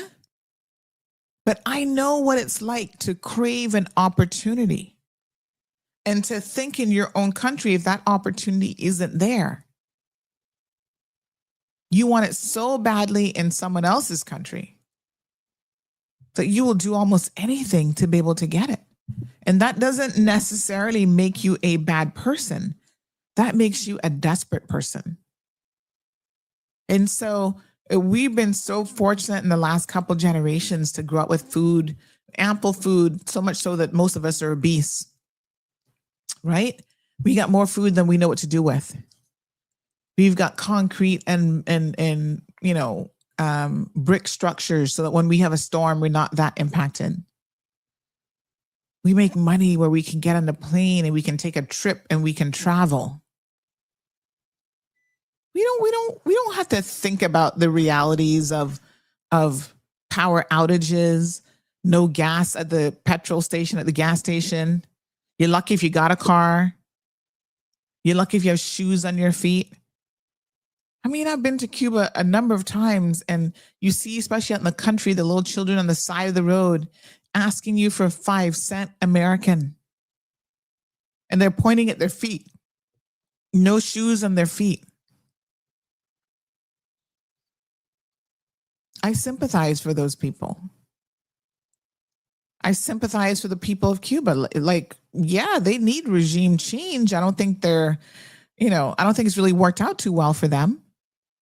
But I also don't believe that it's anybody else's job to go in there and force that regime change to happen. I think the Cuban people they've done it in the past. They've had civil wars. They've overturned governments. It will be left to them to get to that point where they say, okay, enough is enough. We need some change. We need, if they think democracy is going to work, and let's be very, very clear, democracy might be the best we think we got, but it's also not all that it's cut out to be either. I mean, look at what we call democracy in the United States of America, where it's not even the majority that dictates whether or not a president gets voted in, because their system is all kind of crazy. And how, now he can go and change electoral boundaries and change up maps and whatever to purposely change the outcome of an election. Does that really sound like democracy to y'all?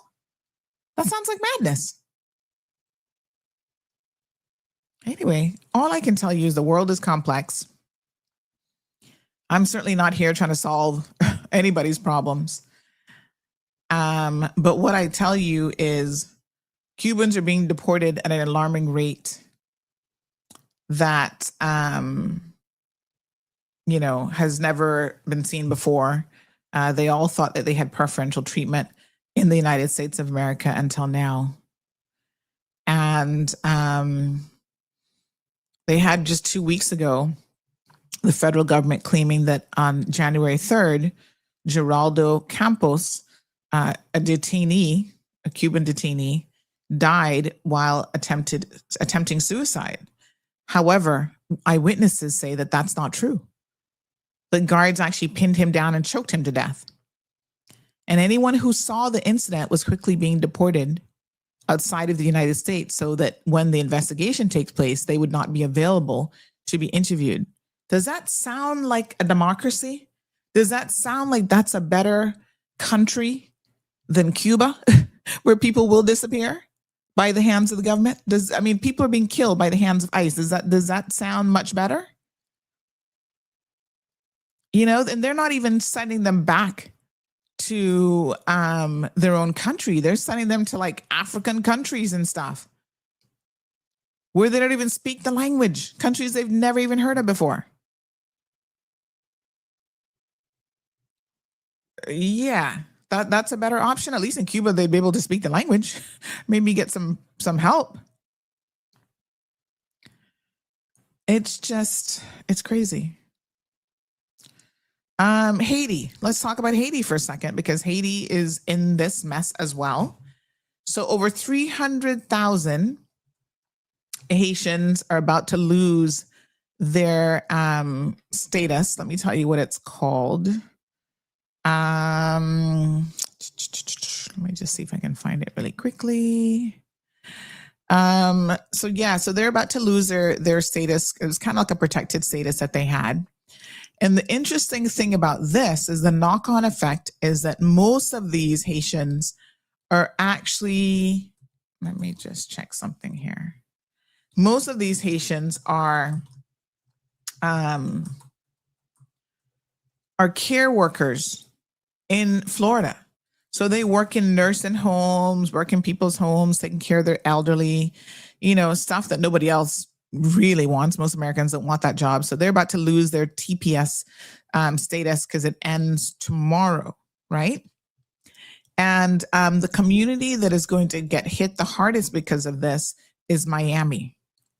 So, you don't know this, or maybe you do because you've been paying attention, but the temporary protected status that a lot of these Haitians have, you see them working at the airport, you see them working a lot of the jobs that, let's be honest, minimum wage jobs that most Americans probably don't want to do anyway. And so over 300,000 of those Haitians nationwide is set to lose their temporary protected status because of the Trump's administration decision to end the program on February the 3rd, which is tomorrow. So once they do that, I guess they'll start deporting all of those people as well. I don't know exactly how that's going to work. And as you well know, the situation in Haiti is probably one of the worst that it has ever been. So, if there's no court order that's going to block the termination, a lot of these people are going to find themselves in a whole heap of trouble. So one guy named Richard made a comment where he said, I can't travel now and all of my savings are invested here in the US. Greater Miami area has the largest population of any metropolitan area in the country of Haitians that would be impacted by this TPS status. So Florida, the entire state of Florida, is home to nearly half of the Haitian TPS holders, and over 300 people losing that state. This is going to be quite something. Uh-huh. So this guy, Richard, he has a nursing, he's at Sinai Residences, where he's been going to nursing school. And he has a housekeeping job there. And he's one of 40 Haitian TPS holders that make up the 450 staff plus staff complement. So that's going to be about 9% of the company's employees, including nurses, nursing assistants, housekeepers, cooks, dietary aides, memory care workers, and waiters. And they are now all going to, I guess, I don't know how he's going to deport them so quickly, but I guess Trump has a plan for exactly how that is going to work. Now, the other interesting thing, and the Haitians have been posting stuff on social media asking for a more humanitarian approach to all of this. I wouldn't really hold my breath with this government for that to happen. But anyway, it's quite interesting. And of course, the other thing now is we see that the trickle-down impact that this will have, even on the Miami economy, is going to be something to watch. Like, it's going to be interesting. But remember, not that long ago, Trump actually called Haiti an S-hole.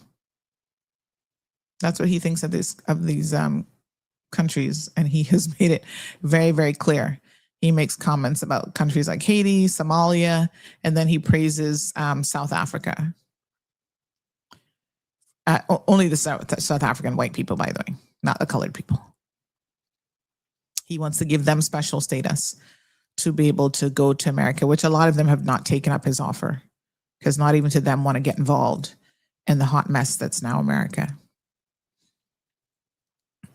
So these people for the TPS, temporary protected status, since 2010, have been able to legally work in the US, and they now will be finding themselves, around 350,000 people will find themselves at the risk of deportation and in this limbo where, they don't even know, I guess, what they're going to do. I mean, I don't even know how this is going to work exactly, but I guess time will tell, because as of tomorrow, we'll take it from there. Now, the Canadian government was supposed to sell one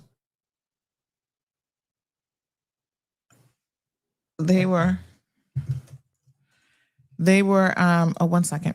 The Canadian government was supposed to sell the Americans a warehouse. Not the government, my apologies. A Canadian company was set to sell this warehouse, this Virginia warehouse, to ICE. And they have now canceled the sale of that warehouse because they realize that they're going to obviously be using that as additional space to detain more people. So I guess the company has taken a political position that it will not be supporting ICE in this venture. So here's the warehouse. I'll have you just show you a little picture here of it. Yep, massive warehouse. And it has now decided to scrap plans to sell a Virginia warehouse for use as an immigration and customs enforcement processing facility. The company said on Friday that it will no longer sell the warehouse, which is located in Virginia. It had planned on doing so, and the site is one of several planned warehouse purchases by ICE, which has faced resistance in recent weeks as federal government's immigration enforcement tactics has set off a backlash and protests.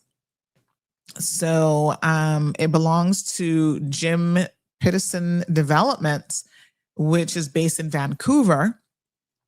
And they said that it planned sale was made public in January, and then the company became aware. The company became one of a number of international companies facing questions after their work with ICE. And so now the Homeland Security Department wrote to officials to say that the agency planned to buy the 43.49 acre property in Ashland to support ICE operations. However, the company has revoked its offer and decided that it would no longer be selling the property to ICE. So ICE is spending quite a bit of money to obtain additional holding space because they're literally running out of space. So no comment from ICE so far, but they said, nope, they're not going to sell it to them again.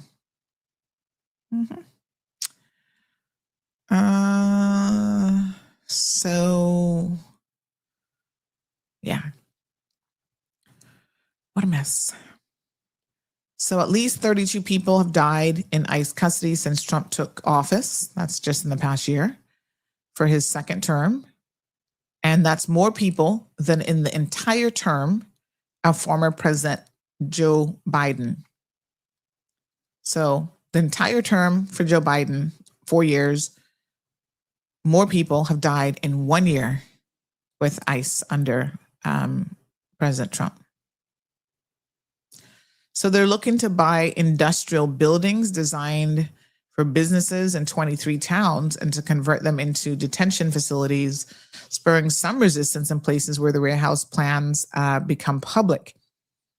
So for example, in Oklahoma City, where they were planning a warehouse sale to Homeland Security, that collapsed after the owner backed out of the sale. So a lot of these owners are now backing out. There was another one in Orlando, Florida. As city leaders are weighing their options after learning that ICE wants to buy a logistics center there. The Orange County mayor said he opposed the plan. And there's one in Atlanta, same thing. People opposing. And of course, the irony of it, and this is something that shouldn't be missed here, that's worth noting, is they're purposely buying all of these in mostly Democrat areas, because those are the states that are being targeted specifically for, those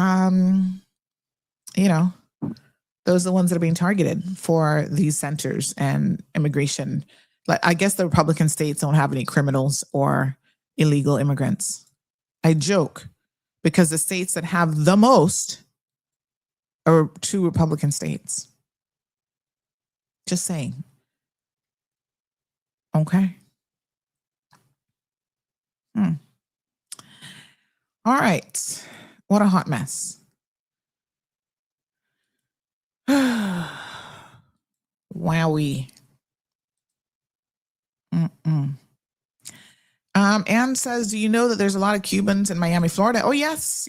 And they're being deported. Record numbers now. They're actually being deported. They had one that was deported to Africa. He was in a hunger strike. And so, like I said, the irony of that is it's, largely the Cuban community supported Trump because they thought he wouldn't come for them. We needed to show them this, right? The Latinas for Trump have now changed their tone tremendously. When there was no one left, they came for you. So another person this morning says, let me see here. Oh, if you've lost a dog, somebody has a dog that they found, kind of brown looking. It helps when you message, you tell us where the dog was found. All right, the person says the only thing necessary for the triumph of evil is for good men to do nothing. I feel like we need to repeat that every single day, just to remind ourselves that if you sit back and you do nothing. Wanda says this is their version of concentration camps. Aliano says, did you see that the Italian government banned ICE officials from coming there? Oh, this was for is this for the Winter Olympics? By the way, isn't the Olympics starting in a couple days?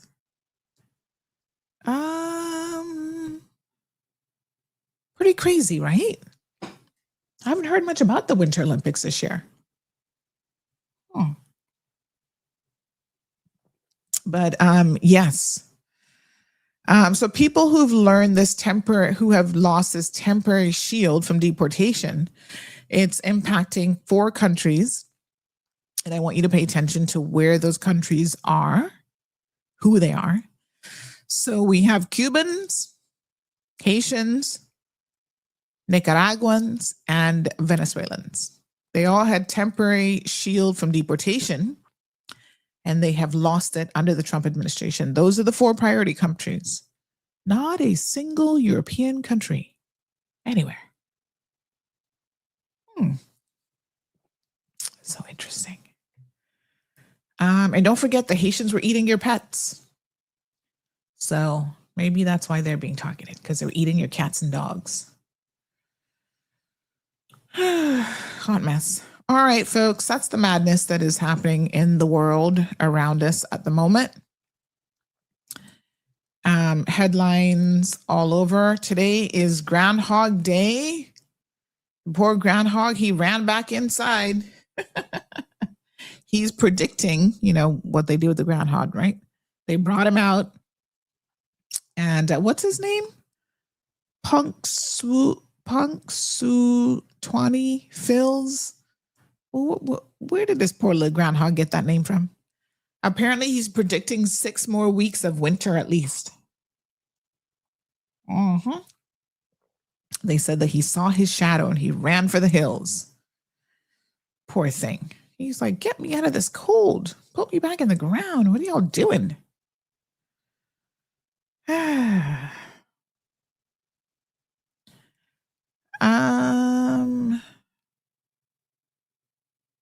Let me see. Oh, lots of wins at the Grammys last night. Did anybody watch the Grammys? I don't really tend to watch these shows, but some Caribbean people won. Who won reggae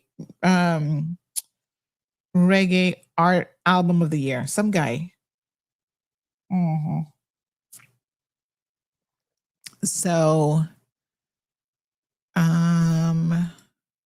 a big winner was what's his name? Bad Bunny. What's he called? Mad Bunny. I think he's Bad Bunny.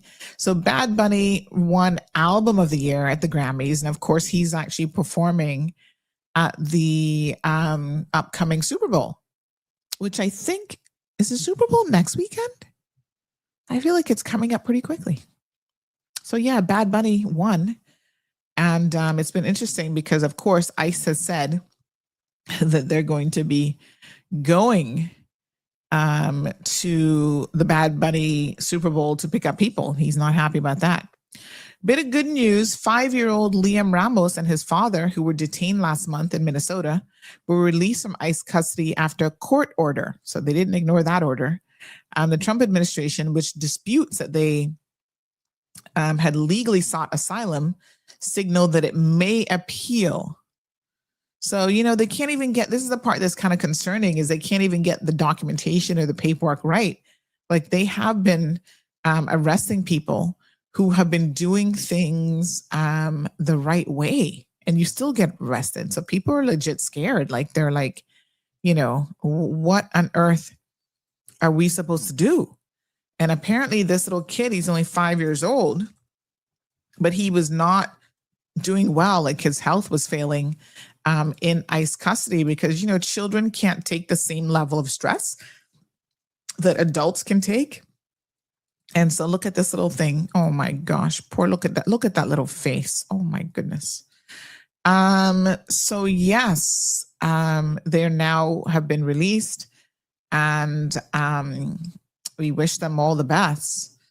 It's just crazy. 5-year-olds and toddlers being taken into custody.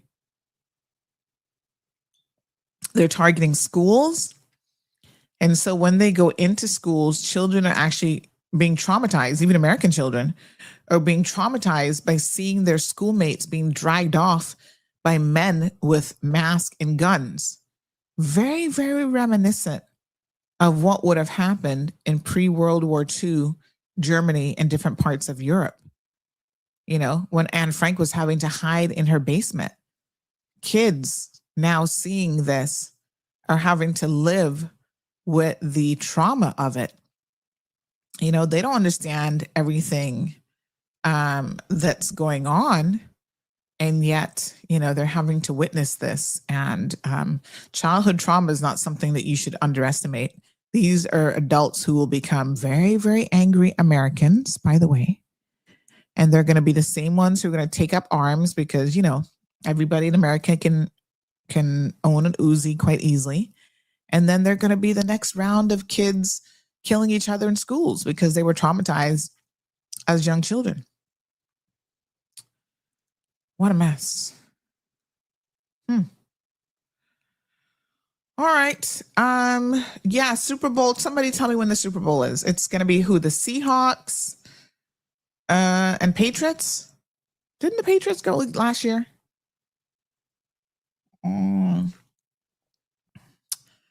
I think it's next weekend. I don't even know. But we'll keep an eye. We're not big American football people. But we'll watch it for the halftime show, for the Bad Bunny halftime show. And maybe there'll be even more drama because, like we said, Trump said he's going to send ICE there. All right. Okay, folks. I think that's all we got.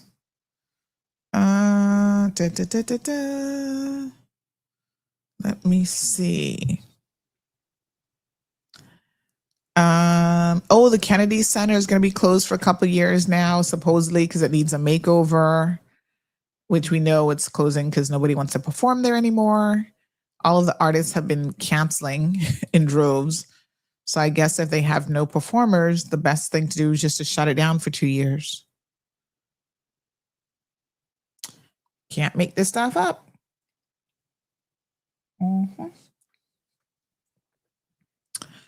Let me see. Okay.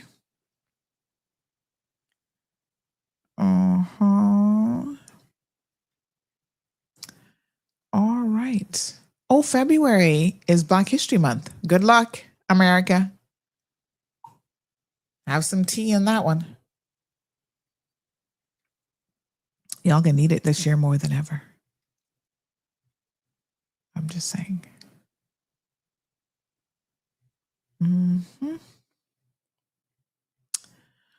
Okie dokie.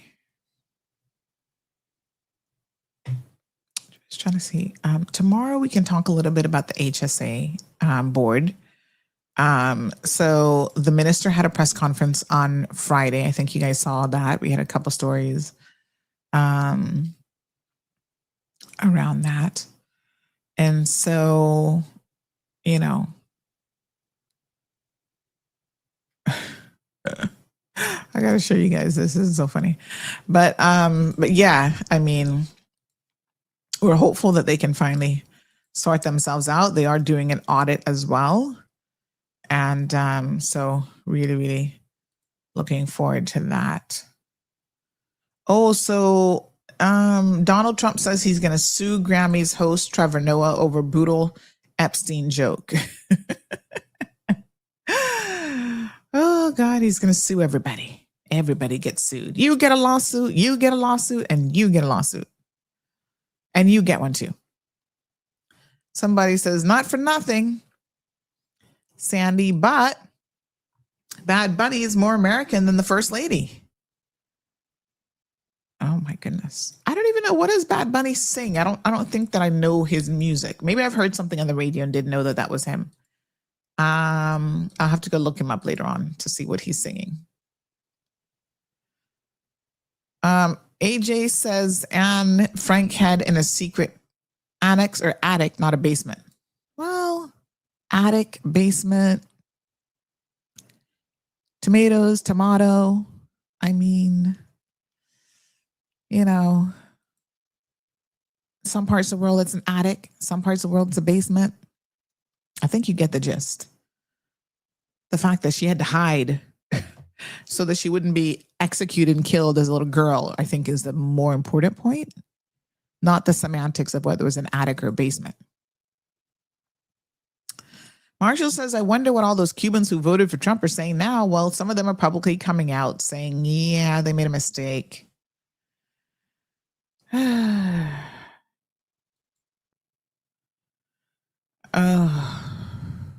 Sue says, terrible, yes.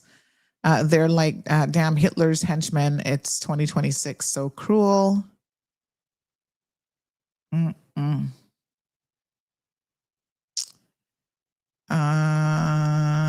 Sue says, seen better, the Grammy, some of the women's fashions were bad. And men, yeah, Bad Bunny and a few more good artists won. Why did they take Mikey back? Well, they never released him to begin with, unfortunately. The court ordered his release, and they were obviously, everybody was optimistic that was going to happen. And then I said, oh, no. We're thinking about appealing it, so we're not going to release him.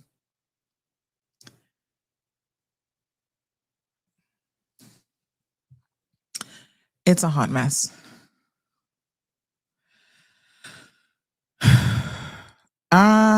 Tom says Texas and Florida are cooperating with President Trump's policy to go after illegal immigrants. Well, you do know that's completely false, right?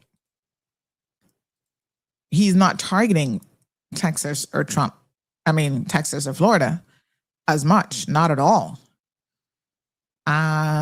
So there's that. It's not that they're cooperating. The focus just isn't there. I mean, yes, some of the Cubans, like I said, are going to be impacted. Let me fact check that statement for you so I can give you some statistical information. Okay, it's important that we start to fact check when you say that they're cooperating with him. Let's just see about that. Give me a second to fact check it, will you? Marley's family won. Oh yeah, that's good.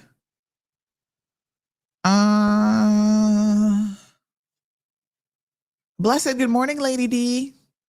Oh, and Nicki Minaj not at the Grammys last night. I'm not surprised. And of course, Trevor Noah made a really funny joke about that. Let me see if I have that video. Hold on. It was low key funny. But yes, let me just see Trevor Noah. So basically, he said that she's still hanging out at the White House with Trump. And and the two of them, Trump and oh, here it is. You got to see. It's funny. That Trump and her are in discussions about who has the bigger behind. All right, let's see. This is one of the jokes, I guess. Like I said, I didn't watch it, but this was like how he opened it. He does a pretty good Trump what do you call it? Trump. What you call it? Trump impersonation. So Trevor Noah mocks Donald Trump's friendship with Jeffrey Epstein during the Grammys, saying that he says, "What are you going to do about it?" Hello, good morning. Good morning, caller. Good morning, Sandy. K. Dabrio here. I'm sorry I'm so late to the party. A little bit under the weather. Good morning. Oh my goodness. How are you? I'm good. I know you weren't expecting this call, but Yes. I think there's still some confusion with people as to why ICE is still holding on to Mikey. Yeah, let's talk about it. Yeah, so I did a little bit of research. So this is not legal advice or whatever. Right. I did with the lawyer, just my own stuff, okay? Yeah. All right, so under U.S. law, ICE can appeal an immigration judge's decision, right? I think in this case, it's 10 days to do so. Mm-hmm. The appeal is challenging whether the immigration judge was correct in reopening Mikey's case and allowing him to be bonded. Now, in this 10-day period, it allows them to be able to find facts to back this up. Mm-hmm. They have to prove it to the Board of Immigration Appeals, and the Board of Immigration Appeals would have to agree with ICE. all right, Mm-hmm. in order to continue to undo what the judge has already undone, so to speak, right? Mm-hmm. Now, an automatic stay would apply if they're being held under the Immigration and Nationality Act, which is INA 236C, and that requires mandatory custody if non-citizens have like terrorism charges, criminal activity, gun charges, that kind of stuff. So they try to use that to hang on to a lot of them. I don't know if that's the case in Mikey's case, but that's one of the ones they've been using greatly because Mikey's case isn't the only one that this is happening with, right? Mm-hmm. So you can guarantee right now they're digging up every nook, They're just cranny, trying to crevice, find something. It's not that they have something. It anything. could be a speeding ticket. It could be Mm-hmm. oh someone wrote a bad check. Anything. But the thing is, Mikey has nothing that I know about. Mm-hmm. It would Mm-hmm. surprise me. Yeah. And you So see, this is where, Kay, that it's like weird because, he's been telling people that, oh, these people are rapists and they're criminals and they're this and they're that. And the vast majority of people that have been collected and detained have actually it's just because they haven't necessarily, they're not documented, right? That's the yes, only crime that they yes, have committed. It's not that they are rapists and murderers like they claim. right. So the fact now that they are out there trying to search for something, anything on Mikey, I think is really kind of sad. Like you don't have it already. So why did why are you treating this man like he's a first-rate criminal? Because that's what ICE is all about. They don't care about the fairness of it, okay? Because basically, in Mikey's case, and this, let's take ICE out of the picture, right? If Mm-hmm. these orders weren't made, this is what happened. And in absentia order was for removal was made against Mikey because he didn't show up to an immigration hearing. He didn't show up because he was hospitalized, right? Mm-hmm. Under the Immigration and Nationalities Act, INA 240B5CI, a removal order Mm-hmm. must be rescinded if the person didn't appear due to exceptional circumstances Mm-hmm. such as serious illness or hospitalization. Right. So under the law, Mikey is entitled to file a motion to reopen the case. So had ICE not been around under normal circumstances, he would have gone to his green card interview. They'd be like, look, you have a removal order. Before we can grant this, you need to get this sorted out with the judge. So set a date, go to a judge. He would Right. have remained legally in the country, gone through, and they would be like, all right, here's your green card, sent him on his way.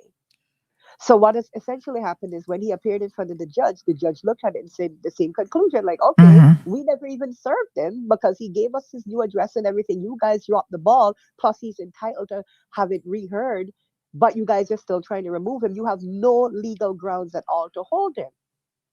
So Mm-hmm. he ordered, okay, grant him bond. Here's the amount. Send him on his way. And ICE is like, you know what? Yeah, we're gonna be Karens.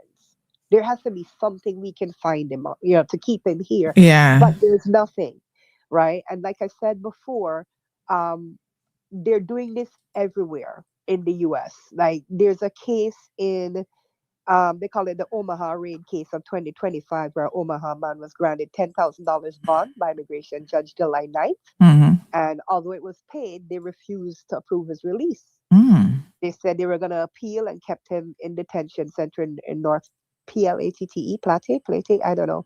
Then there's Mm. another case of Mr. C, which is Otay Mesa Detention Center, a Mm-hmm. 49-year-old Mexican man. He's a 26-year resident with a U.S. citizen son. He was granted bond. ICE held him for weeks after the Mm. payment. And that forced his lawyer to file a habeas corpus petition, which means you're being held without reason and Mm-hmm. unlawfully. So that all they're doing is stalling. If they come up with something on Mikey, I would be shocked because there's nothing. He's done nothing wrong. He's just been continuing. They're just trying to hit those quotas. Trump is ultimately trying to say I deported the most people in history.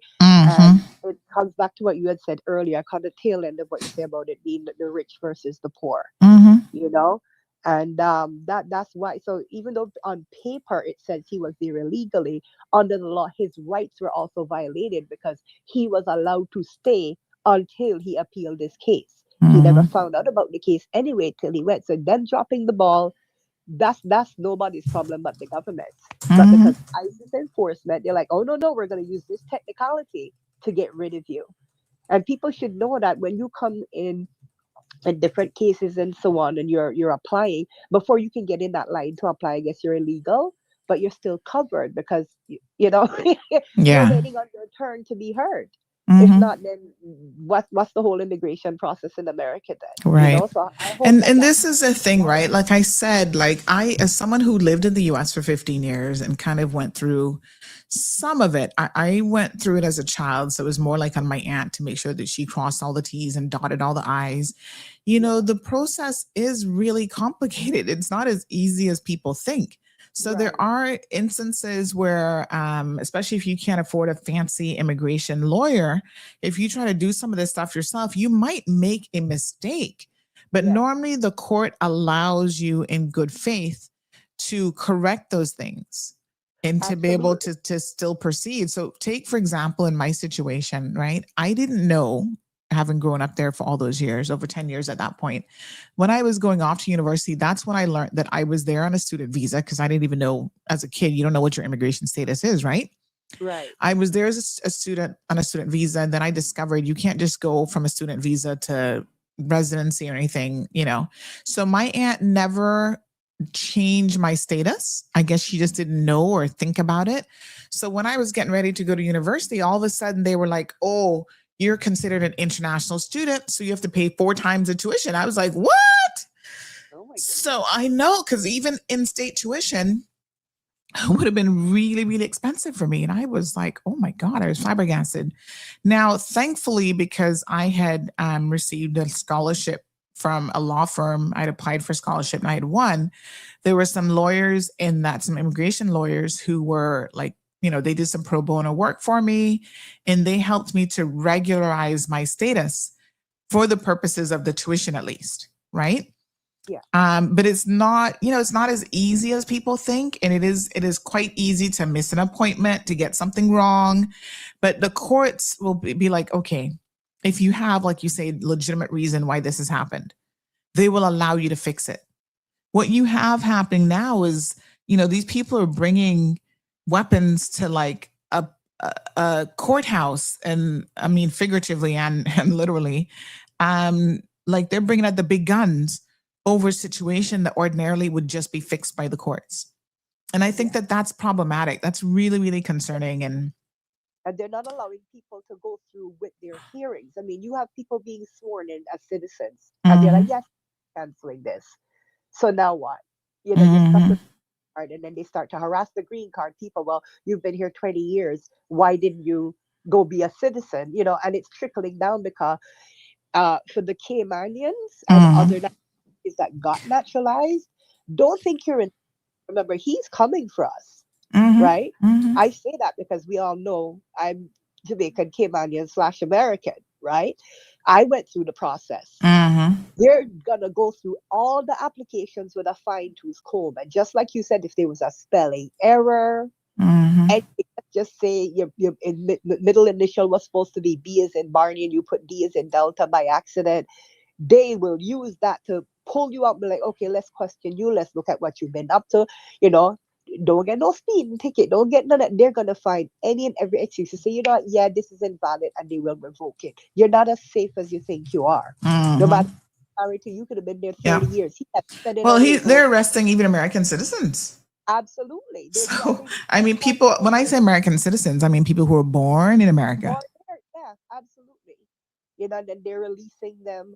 I don't remember what the terminology they call it. I just saw it the other day where they're randomly letting people out miles away from, like, they'll arrest these American people, have them in custody for hours, sometimes days, sometimes weeks.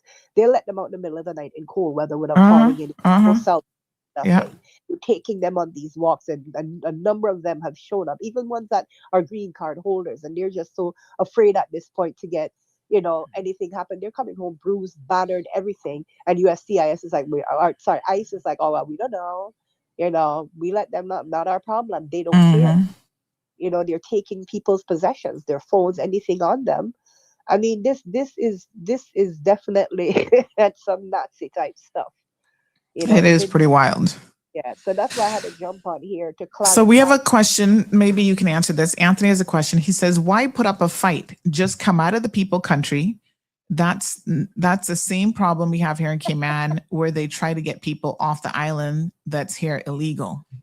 Okay, I have a few answers to that. Number one, if people didn't stand up against slavery, Mhm. we should have just complied and done what they say to avoid, we need Yeah. to be enslaved, right? Mhm. At what point do you take up the realm to fight for something that you believe? Do you just give up because, oh, well, the country don't want me there? Is it the country, or is it a certain demographic of the country Mhm. that's doing illegal things to get you out of there? Right. If you walk into a room and 15 people out of 50 don't like you, you're gonna be like, well, I gotta go back to Cayman because 15 people don't like me. And not for nothing, but I mean, Mikey has been in the States for a number of years and actually has built his life there. He has a Absolutely. family, he has a home there. So, I mean, Anthony, Cayman really isn't Mikey's home. Mikey, I remember when Mikey left, he's been gone for a hot minute now. So, Cayman isn't, I mean, yes, it's his place of birth and it's where he grew up, but he has chosen to make somewhere else his home, which I would think that anybody has the right to do that, legally. And so why should he just leave? Just because, as you rightfully said, a few people say, we don't want you here. That Right. to me, that kind of doesn't make any sense. And these are the undesirable people too. These aren't even normal people like you and me. So, he's entitled to, yeah. So that, I'm sorry, but no. Yeah, I mean, if And if he's following the law, even if he missed an appointment or got something wrong, and there's a way to appeal that or a way to regularize that, why not allow him to do so? Like, Right. it's just crazy how they're going about it. Like, it's just Right. And it's if wild. anyone thinks that, oh, he should just come home and the States is bad, then they need to also question themselves why they go shopping in Miami, because they don't want you there either. You the same color. So if you Mhm. go because you're having a good experience or you saving money, then you have no argument because you're still going to a place where supposedly nobody wants you there. Yeah. So that's It's pretty wild. So they have the 28 days. So basically, Mikey's gonna just sit there for another 28 days and wait and see what they decide to do. That's all that they're allowed to hold him for. Uh-huh. If they continue that habeas corpus, you're holding Mhm. him with no grounds, and more than likely, then there's steps. There's the ombudsman. There's federal. There's different steps that you can take to escalate it up the ladder. We're just having to bear with their legal rights for now. ICE's legal rights, which they're entitled to. And then, yeah, we'll have to file a habeas corpus, because if not, why are you holding him? The judge said to let him go. He's not a risk, none of that stuff. Matthew's in the comments section saying, thanks, Auntie KK. Yeah, we really appreciate you, sharing some insight, because I think that for people who are not going through this, it's easy for them to kind of ask these questions like, why don't you do this? And why don't you do that? Because we're not experiencing it. We don't know firsthand the stress and all of the intricate details of exactly what's happening. So it's very, very easy for you to say, someone who's been overseas for 10, 15 years, oh, just pick up your life and come back home. Like, it's going to be that easy for you to do, right? And let me be clear, some people last week made the observation that Mikey had actually filed for asylum, and they were like, well, what grounds was he filing for asylum? We all know that Mikey is part of the LGBTQ plus community, and Cayman has unfortunately, has a reputation for not being friendly to that community. Yeah. And so, He experienced it. yeah, I mean, you're telling him, Anthony's just come back home so that he can face prejudices and discrimination in his own country to a larger extent. I'm not saying that he's not necessarily facing some of that in the US as well, but let's just be really, really honest about the Cayman context. Yeah, that's a reality too. Yeah. So I need to point out one last thing that I didn't say earlier as well. mhm. The risk when people say, Mike, you could have just come home. First of all, he can't just jump on a plane and come home and be like, all right, I want out of here. And they're just going to put him on a Right. case. They will continue to keep him in custody and then go through the whole deportation, which could take months again. Mhm. On top of that, these people don't Mhm. care where people to. He was at risk of going to El Salvador. Oh my God. What the fuck? Yes. El Salvador? Right, because they've been sending people from Mexico, whatever. We know ICE lies. So I when I say he's at risk, they didn't tell us that. So I don't want that to be Yeah. confused. Yeah. But the fact that what we were observing on the news and stuff, people from Mexico getting sent to El Oh Salvador, my here, God. everywhere, there was no 100% guarantee that they could verbally give to us Yeah. that would be brought back safely to the Cayman Islands. We were Mhm. by, like, if we got called in the Cayman Islands government, if they deport him, to help bring him home, because we were that fearful that he would Mhm. get. There's people right now lost in the Right. system that they were ordered either deported or released, and no one can find Can't them. even find them. And this is what I was saying too. Like they're literally sending people to Africa, all over the place. Absolutely. You imagine Mikey being in Africa or one of those places. He would know what to do. That's a Mhm. death sentence.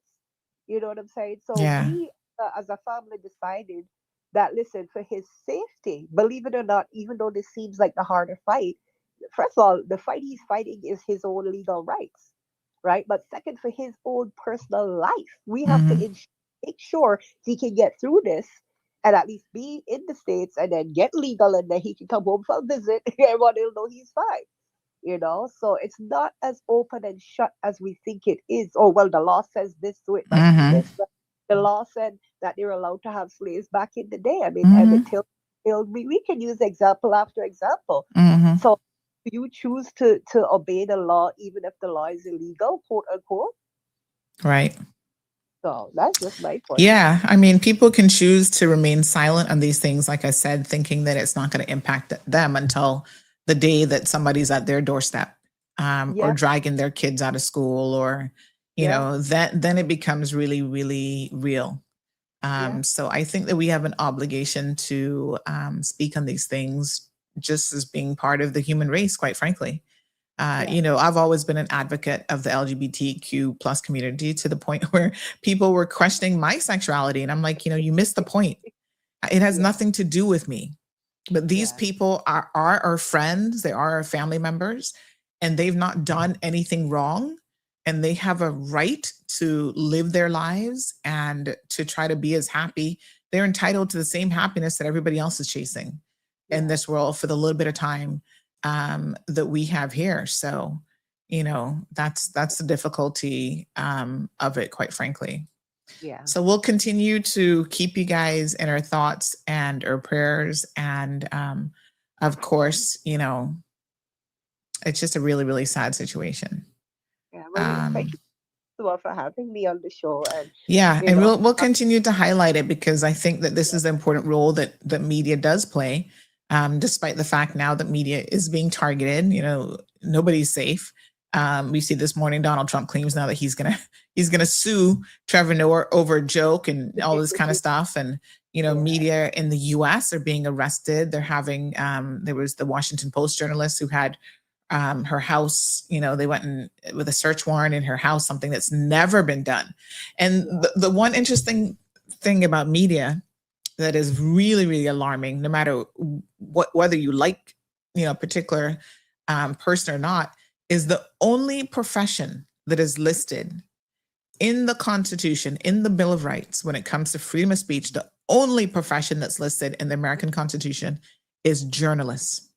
That is how protected the forefathers in the America who drafted the the Constitution. They knew from their own experiences with the UK and fighting that battle. They knew that journalists had a very, very important role to play in any democracy. And so they yeah, specifically named them in that First Amendment clause covering freedom of speech, not just for everyone, but specifically journalists are named. And I think that speaks volumes to the role that anyone who's in this media space, has to understand. And so the fight is real. I mean, the fight is real in Cayman. We see even here, our DPP and police are always trying to criminalize what I do, yeah, speaking out, and, although I have a case now where the Court of Appeal said, no, you can't just so easily criminalize freedom of speech. they've still done it again, even after that decision. And so it is a constant fight to just fight for the right to be able to even express an opinion. And it's sad to see America go down this way, because for many of us, America was always like the holy grail of protecting people's civil rights and liberties. And, but we see all of that work that it took hundreds of years to get to. All of that work is being eroded and being undone by the Trump administration, by MAGA, and whatever that document is that they claim that they have that is, purposely eroding women's rights of minorities. It's just wild. Like, I never thought that I'd see this day in America. Yeah, there is something, I think it's in Ellis Island. There's a painting that MAGA needs to take a look at to realize that they were discriminated against, right? Mm-hmm. The painting is called The Fool Pied Piper, and it was created by the artist Samuel Earhart, right? Mm-hmm. That painting was created in 1909 because anti-immigration sentiment was very high in the US. And the targeted groups are Chinese, Japanese, Italians, Eastern Europeans. They didn't want them in America in 1909. Research that. Tell MAGA to go read their history and realize their ancestors were called rats, thieves, criminals, all this other stuff. And it's depicted in that painting. Like I said, the name of the painting is called The Fool Pied Piper, created by artist Samuel Earhart. Yeah. And that's the crazy thing. Like, they think that they own America, but as people have said, where they're coming from, every single one of them practically are, European for the most part, migrants, right? So they came from Ireland. They were like the poorest of the poor. The same people they claim that they don't want in their country now. They came here with nothing. They also died on voyages trying to get to the US to look for a better way of life. The potato famine, so it's like they don't even know their own history. That's why they can't appreciate what they're doing is so wrong, because they themselves don't even know their own history and know where their forefathers came from. Their forefathers came and found the Indians there. And now they're trying to, somebody just said, by the way, they're trying to deport and they're arresting Native Americans. Yeah. And I'm just like, what the hell? These were the people that y'all came here and found here, that were here literally thousands of years before you. And now you're questioning whether or not they have a right, whether or not they're Americans. It is crazy. It is truly, truly crazy, but continue to keep fighting. I mean, obviously we are here paying attention to this. We hope that Mikey can get out sooner rather than later, because we know that this has to be a very mentally, emotionally, and even physically challenging time for anyone having to go through this. And, the sad thing is, you can't even, you hate to think about it, but his life and safety is at risk with what we've seen happening with people in ICE custody. Every day. But on behalf of the family, the Marreros and the Dabrios, we just want to say thank you to everyone, including yourself, for the support that we've received so far. I mean, we've had a few naysayers and this is against the Bible, and I'm like, you know what? First of all, step aside, because if his safety and what's happening to him is less important to you than you lecturing about what's right or wrong, you need to remember, love the sinner but hate the sin. Don't forget that part. Yeah. It's crazy. Yeah. All right, my dear. Thank you so much. day. I really appreciate it. All right, Kay. Bye-bye. Yeah. It's pretty wild. All right, folks. I've got a 10:30 meeting. Oh, shoot. Look at the time. I got to go. You guys have a wonderful day. Project 2020, is it 2025, 2026? Project whatever. Yeah, thank you, George. So, hey, Mr. George, so good to see you. Folks, have a beautiful day. We will see you here tomorrow morning. Make sure you tune in early at 7:30. And more topical discussions for you. Until tomorrow, take care. Thank you for tuning in to another episode of The Cold Hard Truth on Bobo 89.1 FM. Cayman's #1 talk show is live weekdays from 7:30 a.m. Never miss an episode again. Watch anytime on CMR's Facebook and YouTube channels for the latest show episodes. Don't forget to follow us online on our social media channels and visit CaymanMarlRoad.com for all the latest news and community happenings.